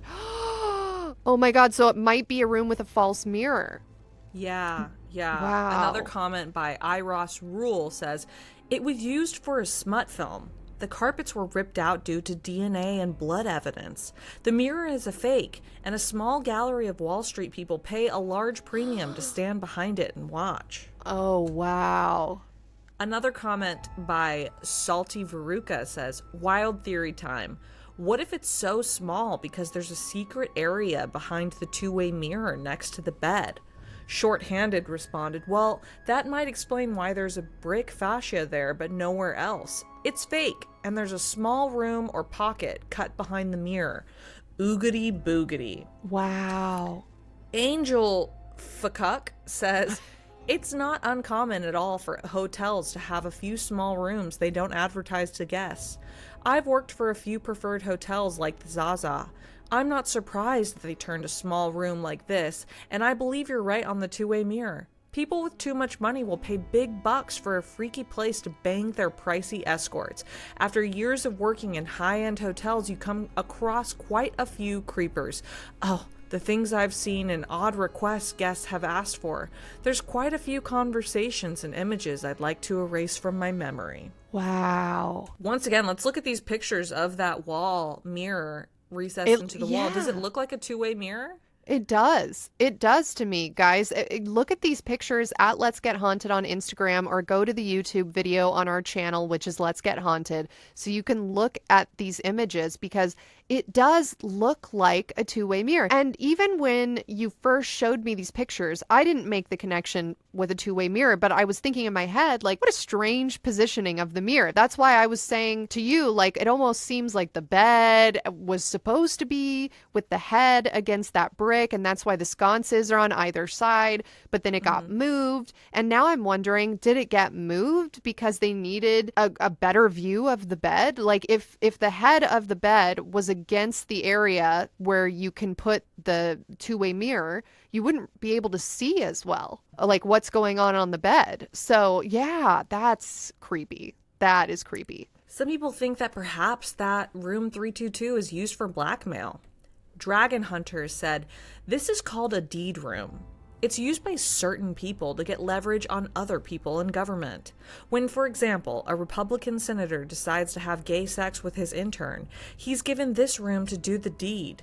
Being doped up on cocaine and drunk, he doesn't notice that there's someone behind the window taping the event. Leverage gained." That's a pretty unhinged idea, but like, I mean, it's an unhinged situation, as a weird secret room that's half the size of a regular room, fashioned like a dungeon with some guy's headshot in a frame, and a weird man that looks like he could have been drawn by a carny also hanging up in the room unframed. And like, the whole situation is so bizarre that maybe, you know, like, you kind of just leave this situation being like, yeah, I mean, maybe that's what this is used for, because it really doesn't make any sense. Now let's go back to that strange Reddit post that I talked about earlier. Now, here's the weirdest part. At the bottom of that strange Reddit post, the very last thing that Joe Likes Music said is, quote, "This thread has been fun. I'm not much for conspiracy theories, and I don't really buy all of the skull and bones stuff. I just wanted to know what was up with the room and figured someone on here might know a bit. Lots of the posts are asking questions about the pictures. They were taken months ago and no staging was involved. I'm not the photographer, just a curious Houston traveler, usually in town for work with a group, one of whom happened to get this room and had the forethought to take photos. And to the very new Redditor offering me a bounty to delete this thread, I'll totally do it because cash is cash, but I don't want to die either. So let's do this publicly. I'm posting your message you sent me, and we can meet at the Monarch Bar next week. I'll be in town on Monday, and we'll update this thread when I get to the Monarch so we can meet. And then there's a screen cap of the offer. But when I clicked on the fucking screen cap, there was no screen cap. It was just the same Imgur album without the screen cap of the offer. Now, this whole post is 12 years old, so I don't know. Did the post get deleted in 12 years or something? Or did it ever exist? I don't know. There's over 2,000 comments on this Reddit post, so I was unable to find anyone mentioning a lack of screen cap of the offer in the original comments, which leads me to believe that there was a screen cap of an offer there. Wow. So with this new information, the skeptic in me started to wonder, is this some sort of ARG? Like, is this a marketing ploy made by Hotel Zaza? This seems like too juicy, especially with someone coming out of the woodwork saying, oh, delete this thread and I'll give you money. Like, it's weird. I don't think it's a marketing tactic, because, or if it was, it didn't work in the way that whoever was in charge of the marketing intended, because I feel like this story would only lead people to be like, this is satanic, like, especially in Houston. Like, I feel like people would be like, this is satanic, this is evil, this is a hotel room with a two-way mirror used for sex trafficking, used for making snuff films. Like, I feel like this would only lead to bad press and bad publicity. But I'm also confused because in the article that was written about this situation, I feel like she said, or Cooter, what was it? It was Coots. Miss Coots, she basically didn't answer any of the questions about, like, why is there this guy's picture, hanging up over the wall. I understand she answered, she's like, no, it's small because it's the original size of what the room was built at. But even that's kind of a non-answer. Like, what do you mean? Right. So was this a janitorial closet that you guys decided to make into a room that you don't rent out? Like, why is it not on the website? She didn't really answer that.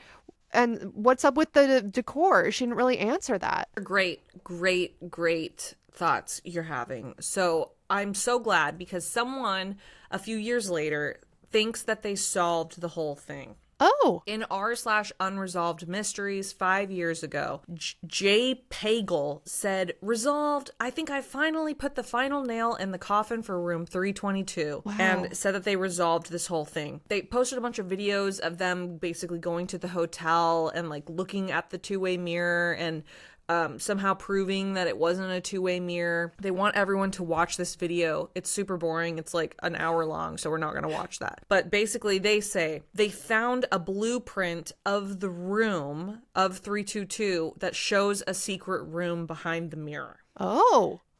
Quote, not only that, but it appeared that the door to get into the secret room was the exact door I found padlocked inside the hotel staff room. The blueprint image I found was on an obscure blog post from around the time that this was originally making the rounds. And although it refuted the claim that there was a secret room back there, I felt like they hadn't taken into account the door that I had found. Not only that, but this room didn't appear to have any other way to enter it other than through the padlocked door. It appeared to be a bathroom of some sort, which I assumed may have been some sort of cover for the room's true purpose as a possible observation room. What the fuck? So I took a closer look at the blueprint, and sure enough, that secret observation room I was so crazy to find, it turns out it's just a weirdly placed bathroom for room 321 around the corner. I marked it up to illustrate how the exact layout is. The padlock door you see opens into a small closet, most likely the electrical paneling that the Zaza employee on the background told me about. He's basically like, I solved it. Yeah. That's crazy. Is a secret room that's like right behind where the mirror is that might be an observation room. But then he's like, oh, never mind, it's just a bathroom. But then people weren't satisfied with that. They're like, hey, the same person who says that they solved it said, well, the Jay photo is just a subtle joke, that Jay lawyered his way out of going to jail, so now he's serving his time in the room. They also said that the Jay photo has been replaced with a painting of Conan O'Brien in the electric chair now. What? So obviously, like, that picture's gone now. That debunks it somehow. They also said that the owner of Hotel Zaza went to University of Oklahoma, so it's not a Skull and Bones reference because you had to have gone to Yale to have been in Skull and Bones. Okay. And they said that the person who offered $1,000 to delete the original thread to the Redditor, Joe Likes Music, was probably just a troll. But people don't like that. They're like, hey, the 321 bathroom mirror is exactly on the other side of the 322 mirror. It could just be used for spying on 322. Like, this bathroom you found. Yeah. Even though it's a bathroom doesn't mean you can't just like go in there and spy just because it's a bathroom. Like, it doesn't have to be like a designated spy room. And the excuse of it's a themed room doesn't make sense because Skull and Bones pictures and portraits aren't jail themed, and neither are any of those paintings or photos that are in the room. Also, things have been changed and added to make the jail theme more believable since this story took off. For instance, they added exercise equipment for a quote-unquote yard. They put a framed prison uniform in the room, and they added that Conan O'Brien electric chair painting. None of that was there when the original poster took photos. Also, if Jay framed was a joke for guests, why not have him wearing prison attire or feature other famous mugshots or people in jail? Why this random man who just happens to be connected to the Skull and Bones? Wait, Natalia, what if they're saying Jay was framed and that's why his photo is in a frame and the other ones aren't in frames? Oh my God, you just scared me. I thought you were going to say there was like a haunted man behind me or something. Look, I'm like getting tears in my eyes. You scared me so much. I thought you were going to say there was something behind me. God. When you make those fucking scary faces, like, I can't, I'm sweating so much right now. Like, I'm nervous. Everything's okay. Hold on. Everything's fine. Yes, all right, ground yourself, center yourself, biohack yourself. What happened? Jay was framed. You don't think he was part of the Ponzi scheme? I don't know. That sentence that you read made me wonder because you said if Jay framed was a joke for guests, the way that's written makes me wonder, like, was Jay's photo in there as a joke in a frame because the person who wants to stay there framed him in front of the SEC, and that's why he didn't go to jail but like negotiated a plea deal or whatever? Like, I don't know. It just got me thinking, like, what if this is a weird dark joke for some elite group of people? What if the Skull and Bones framed him? What if a member of the Skull and Bones was actually the person behind the SEC fraud, but they blamed it on the non-Skull and Bones member? Oh my God, Jay. That makes so much sense. Yes. You see what I'm saying? Wow. Yes.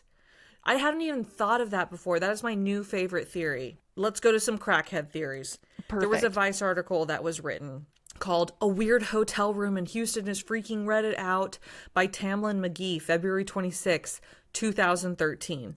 In this article, Tamlin says, occult author Nick Farrell claims the 322 numbers refer to Hebrew geometria.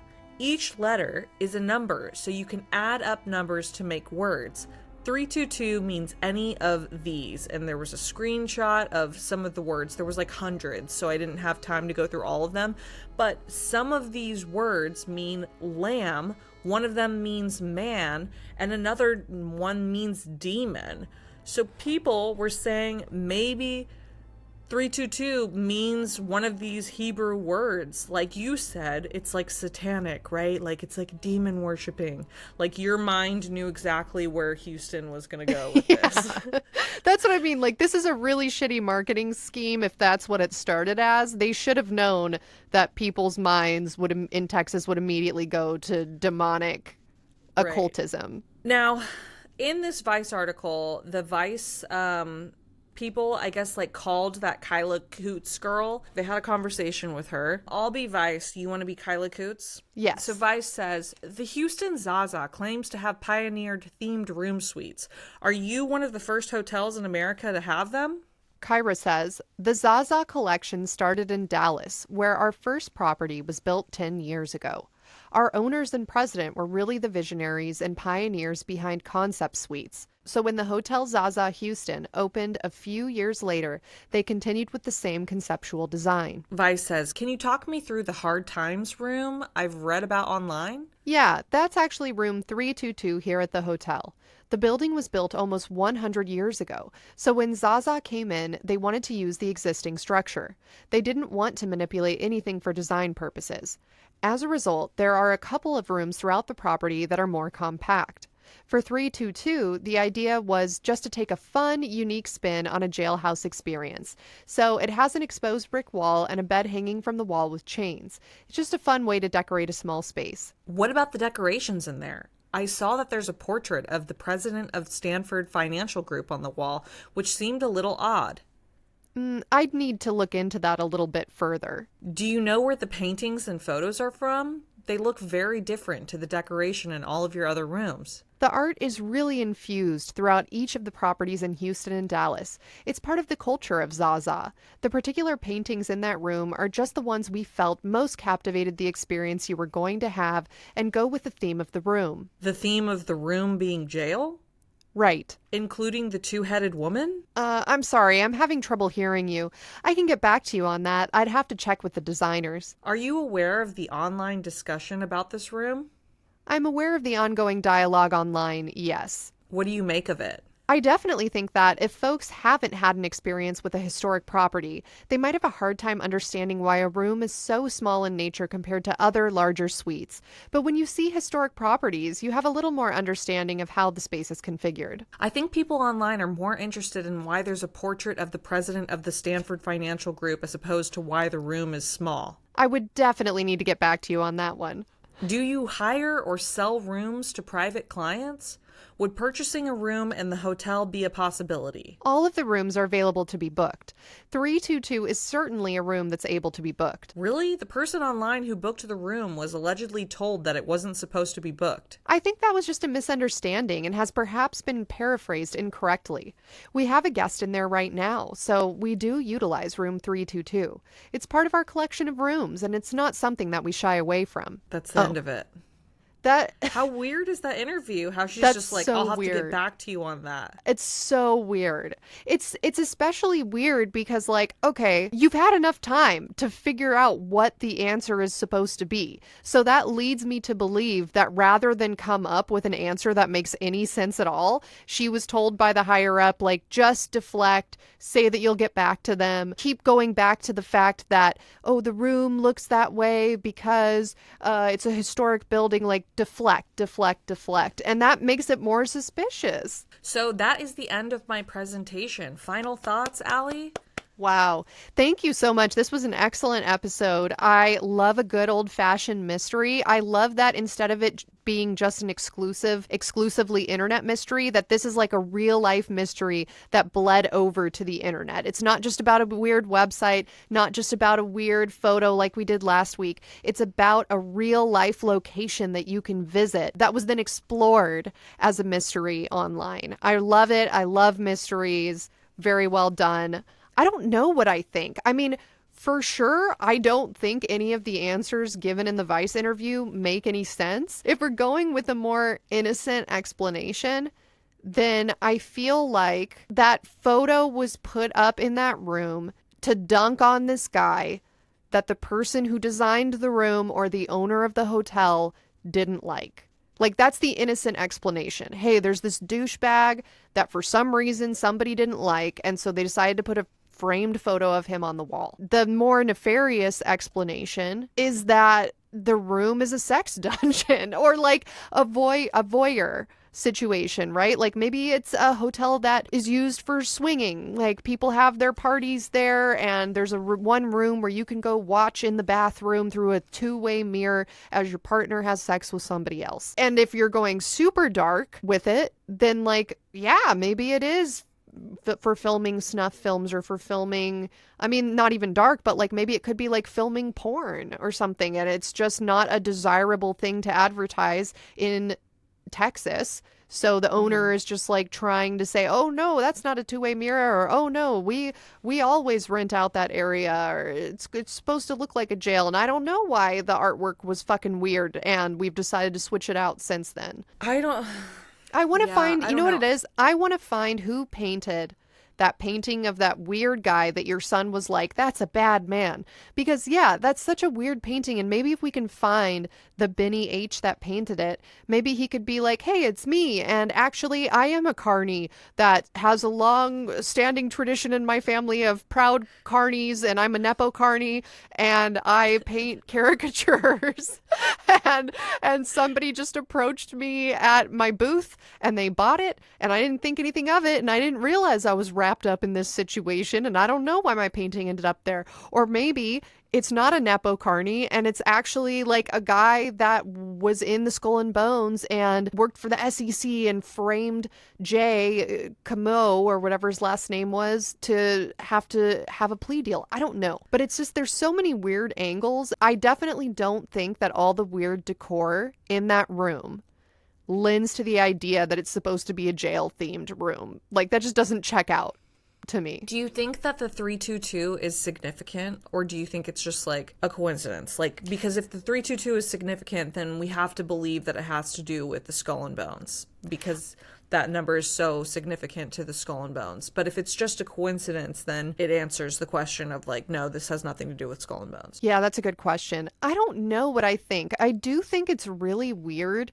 that the 322 on the logo of Skull and Bones looks like a hotel room. It literally looks like a hotel room nameplate, like the exact font that you would see on an old-timey apartment or on a vintage antique themed hotel room. It doesn't look like a regular 322. Tell me if I'm crazy, guys. Go over to @Let'sGetHaunted on Instagram and look at the Skull and Bones logo and tell me that doesn't look like a hotel room placard. It does. You know, it makes me wonder, because the Skull and Bones is so secretive. Like, is there some sort of like ritual or something where, you know, Skull and Bones people have to have like a self-portrait of themselves put in the meeting rooms or something like that? And then that makes me wonder, because remember the episodes we did on Jeffrey Epstein last year? Yes. How he had like a weird fucking portrait of himself in jail in his house? Yeah. Like, is this some sort of Skull and Bones thing where it's like you have a picture of yourself in jail or something? Because it just seems like there's too much of a weird connection, you know? And then there was parallels to that too, right? Of like, one of the theories about Epstein was that he was working for the CIA and was framing people by like gathering information on them and doing surveillance on people. And so it just like draws a lot of parallels to this episode. I don't know. I feel like there's something about the jail theme and the portrait that it's got to be like some sort of ritual or something that we don't understand. It was like an inside joke, right? Like at the LGH hotel, our LGH concept room might have pictures of stuff people don't understand. Like there might be like a turkey on the wall that says like, let's get Frederick Valentage. And people are like, what does it mean? Like, why is there a turkey framed on the wall that has nothing to do with LGH? But maybe it does have to do with LGH. You just don't understand it because the lore goes so deep, and we don't know the Skull and Bones lore because it's secretive. Yeah, I definitely think that could be the case. Yeah, if I walked into a room and I didn't listen to Let's Get Haunted at all, and I'd never heard of the podcast, and I walk into a hotel room and the bed is shaped like it's inside the mouth of Bingus, the cat, like I would be like, I've never heard of Bingus. Why is there a giant naked Sphinx cat sculpture in this room? This is demonic. This is evil. This is for sure for sex trafficking. Like if I was an unhinged person, I might think that, because I'd be like, what is the concept of this room? Like why is there this painting of Frederick Valentage flying through a cloud? Yeah, I don't know. And so, yeah, that's a good point. So maybe all of these little things are not jail themed. They're themed something else, right? Like if I walked into a room with Bingus the cat, I might as an outsider be like, wow, this is an animal themed room, but really it's LGH themed. So maybe this room is not jail themed, it's Skull and Bones themed. And all of these little things are just Easter eggs from different Skull and Bones lore, or maybe not Skull and Bones related. Maybe it's lore related to something else that we don't even know about because it's so secretive or it's so niche. Maybe in every like major city there is a hotel somewhere that has like a designated Skull and Bones meeting room or something. And because Hotel Zaza was a vintage hotel that had a history from 100 years ago, maybe there was a Skull and Bones room there in room 322, and then when whoever bought it took over it, they made that room Skull and Bones themed or something, because that used to be like a meeting room. I don't know, man. I don't know. It just seems way too small to fit 15 people in. That's my only thing about that room. Like, well, secret Skull and Bones meetings, you think they're all going to be like crunched in there? Two of them are like sitting on the bathroom sink watching everyone else have their meeting on the like double bed that's in the other room. I also wonder, like, don't you grow out of this? Like, by the time you're in your 60s and you're like an executive of a major financial group, are you still like, okay, let me put on the ceremonial robe and light the ceremonial candles and let us perform the ceremonies, you know, or do you just fucking meet with one of your friends from college and you're like, hey bro, what's up? Let's talk about how to frame this bitch I don't like. Yeah, I mean, hopefully, as you get older, you have more interesting things going on in your life than a weird 15-person club that you were a part of in college. I don't even remember the secret handshake from our sorority. I don't even remember the secret password from our sorority because there's more interesting shit going on in our lives now. I don't pay dues still. I know some people do, and I'm like, again, it's always weird to talk about sororities and fraternities because I don't want to dunk on anyone if it was like a really meaningful part in your life. Who still pays dues? You can to be. Dues? Yeah, you can. They have, I always get emails for the San Fernando Valley chapter of the Delta Gamma alumni being like, hey, if you want to join, we have meetings every so often and you pay, like, it's a small due. It's not like dues for the sorority that were a couple hundred. It's like $25 a year and you like meet up for coffee. And yeah, that sounds nice. It sounds like it could be nice. But I think most people grow up and they grow out of whatever club it is. Like, I don't still meet up with the debate club of my high school. I loved cross country. I loved my cross country team.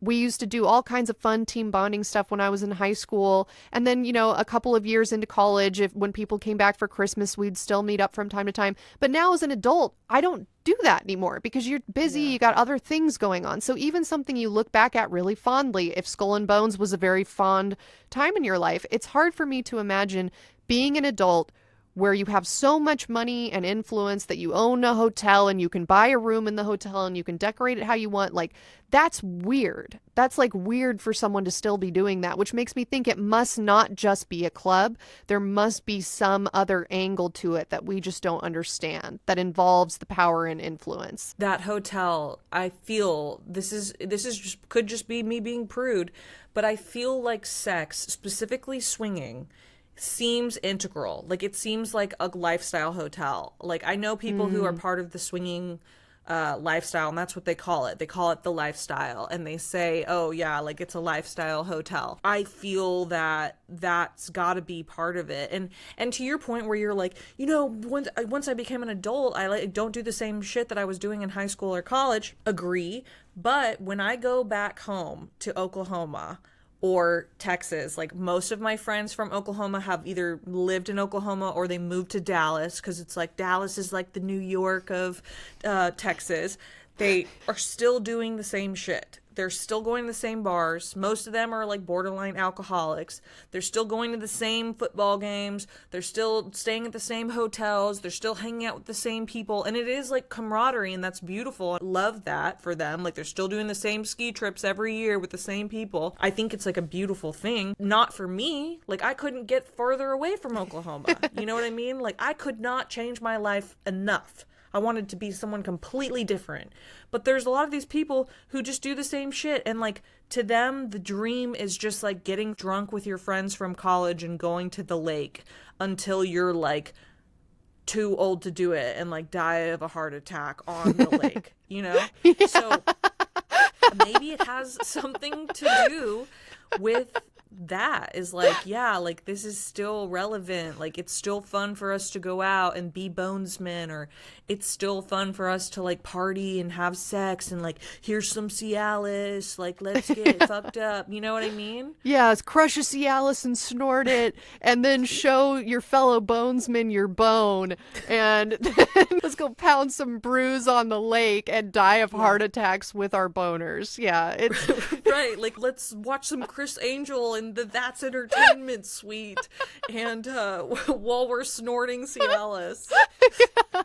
I actually have some friends like who go to Snorting Hotel Zaza Cialis? all the time. I thought you were gonna say friends in the lifestyle that snort Cialis and watch Chris Angel, but okay. So you have friends I don't know, that go to Hotel Zaza. Yeah, but I didn't want to like interview them for this episode and be like, hey, so you're a fucking sex freak, right? Like, here, tell us about how you're a fucking freak, mic in their face, you know what I mean? I'm actually totally open to maybe it was a weird design choice. They were trying out something new, ended up not working and coming off super creepy. I don't know. Maybe somebody would come into our room here, and if they didn't know it was a podcast studio, maybe they'd be like, why are there webcams everywhere? And why is there a wall that looks like it's stone, but it's actually soundproofing panels? Maybe it's like a secret lair where they keep people locked up and you can't hear them scream. And that's why there's soundproofing tiles everywhere and all these webcams stream to the dark web. You know, like there's always the possibility. There's an innocent explanation that just looks weird from an outsider perspective. But because they're not answering the questions, like that interview you had me read as Cooter lady, when she was answering the questions, she was going like, oh, sorry, I can't hear you. Oh, it's a bad connection. Oh, I don't know. I'd have to get back to you on that. Oh, I'm not sure. I'd have to reach out and ask the original designer. Like that makes it weirder than to just be like, look, we were testing out a new designer. The weird canvas that's not framed, that's of this menacing looking guy, that's actually the nephew of the designer painted it. And the designer was like, oh, I want to put this picture that my nephew drew up here. And now that we're looking at it, we're like, this actually doesn't fit with the theme at all. And so we've redone the decor. I feel like that would be... That's all they have to say. Yeah, or maybe it's an ego thing. Maybe like the owner did decorate the room and just didn't do a good job because he's a weird, eclectic dude, and the other rooms were put together by like an interior designer, or not. Maybe he wanted creative control over shit, but he's just like not that good, you know? Yeah. Totally it could possible. be one of those things. Like I know a bunch of businesses that are like that, like where the owner is like really good at one thing. They're like a savant at like fucking, I don't know, like running a car wash, but they tried to decorate the inside of the car wash, and it's like real fucking weird because they should have just hired a professional designer, you know? Yeah. No, totally. And so, yeah, maybe you're right. Maybe it is an ego thing. And so the company is like trying to save face for their CEO that just is really good at running a hotel chain, but not good at interior design. Or maybe they let somebody's wife do it and they don't want to throw her under the bus. And so being polite, they're just like, I'd have to get back to you on that. But I do think that there are many innocent explanations that if they just came out and said something generic, even like, we realize now it was weird, I don't know why we went with that theme at the time, it seemed right, we've since changed it. I feel like even that would kind of satiate the internet a little bit. Yeah, I mean, I think it has to do something with Skull and Bones. I think the 322 is too prominent. I don't know, I feel like George Bush caused 9/11 and the financial crisis, which led to a butterfly effect that started Larry Fink at BlackRock, and Larry Fink is also part of the Skull and Bones, which eventually can be connected to Hitler rising to power and also the Vietnam War and also Hiroshima, Nagasaki, and the Bay of Pigs, yeah, and the Manhattan Project, and Yale. Yes. Who is to say? As we often say on this show, I love a good mystery, though, for that very reason, that even if we never know what the actual answer is, there's so much there that you can go in a million different directions and have a 2.5-hour conversation about it. I just love that about a good old-fashioned mystery. So I really appreciated this episode. Thank you so much for bringing this to our attention. You guys, if you liked this episode, if you liked watching me and Allie on film, if you liked the presentation aspect of it, let us know. Sound off in the comments. If you didn't like it, be gentle, okay? I'm over it. I'm about to take some fucking Zoloft, okay? So be fucking gentle. Constructive feedback that's mostly nice is what we prefer. Let me give you guys an example. Okay. An example would be like, wow, I really loved that episode you did last week, Allie, on an alien that was posted to 4chan.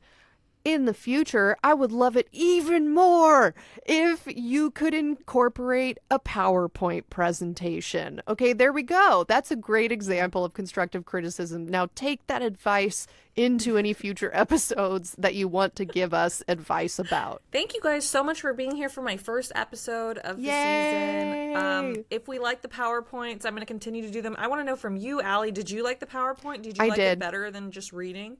I do. I felt like it was very engaging. I know that probably took a lot of extra time to do that. I think from a viewer's standpoint, I felt very engaged the whole time. So thank you for taking the time to do that. Good. I'm just sharpening the old brain there. Just sharpening it up. So taking the old butthole knife, sharpening it up. Would you like to do our sign off? BRB, gotta go crush up some Cialis and have a heart attack on the lake. Bye.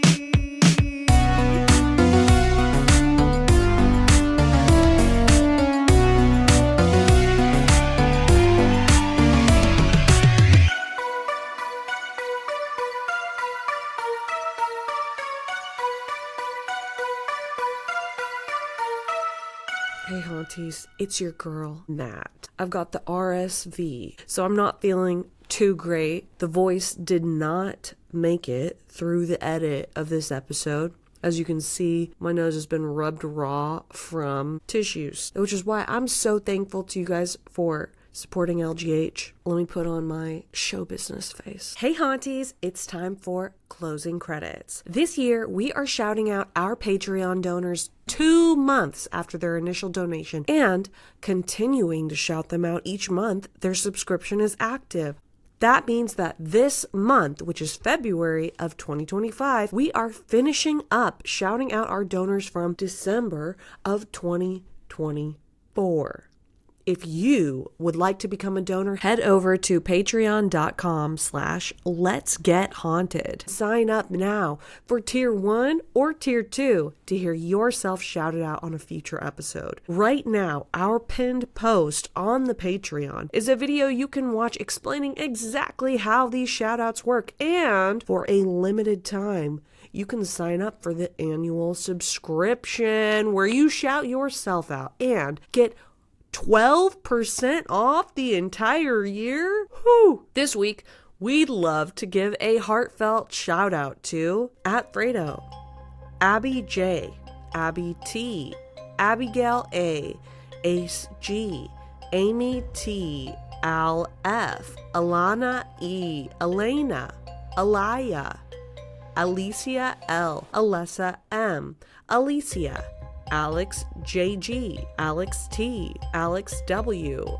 Alex W, Alexandria, Alexis S, Alice Jess L, Alyssa S, Allegra B, Alan Cantation, Allison M, Ali E, Alonzo, Ali, Ali B, Alicia, Alicia, Amber, Amber F, Amelia, Amy C, Andrew, Angela, Ann T, Anna S, Ann D, April May, Archie F, Arden Strander,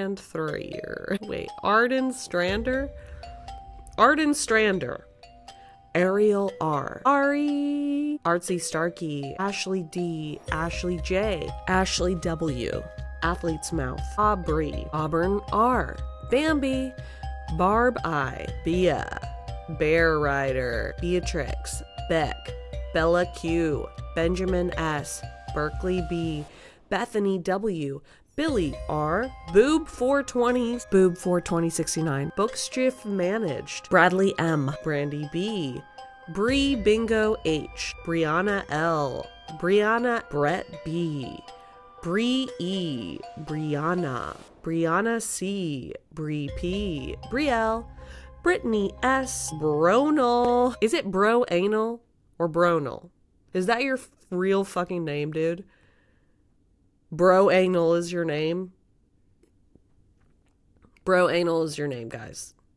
Okay. Chanel C, Chaotic V, Charles C, Charlie I, Charlie M, Cheesy, Chelsea O, Cherry D, Chicken, Chloe L, Chloe Z, Christina T, Christopher M, Christopher O, Christy H, Coraline, Corruptive Jade, Courtney, Criley, Crystal C, Cursed Gravy, Cynthia DLTC, Cynthia V, Dan J, Dan the Blacksmith, Dana C, Danny Rose C, Danny T, Desi S, DiGiorno F, Dodie, Doralee N, Dorothy, Echo R, Ed B, Edgar K, El Duderino, Eli A, Elise Filter VA, Illegal 711, Elizabeth of Alabama, Elizabeth P, Elwin B, Amico and Emily, Emily B, Emily B, Emily H, Emily R, Emily W, Emily C, Emma D, M Storm, Emmy J, Eric G, Erica M N, Esther Nacimiento B, and Felicia G. Thank you so much. Without you, this podcast would be nothing. It would be zero. You know what? I can't even think about it. I can't. Just kidding. That was for dramatic effect. I was going to leave because I was so emotionally distraught thinking about what life would be like without the patrons. Without you guys, there is no point to any of this. You're keeping Allie and I alive. You are giving us a reason to get up in the morning, and we thank you guys for that. Thank you for all of the inside jokes on Patreon. Thank you for putting up with just our constant batterment of bullshit. And we have a lot of fun on there. So if you're thinking about joining the Patreon, why are you thinking before you're doing things? Just do it. Just move in silence. Just do it. Put it on your credit card. Look at me. I use my credit card. I have credit card debt and my life's great. All right, guys. Tune in next week on Wednesday for another riveting episode. Riveting. Of LGH. And those of you who have the RSV with me, we're going to fight this. Oh, by the way, secret password. If you comment the secret password on our Instagram photo dump for this episode, you will be entered into a raffle. Last year, people got custom mugs. You're not going to know what you're going to get until you get it. That's part of the fun, guys. It's a gamble. It's a surprise. Woo! It's Vegas in here. The secret password is Bonesman. Comment Bonesman on the photo dump for this episode on Instagram to be entered into the secret raffle. Nat out.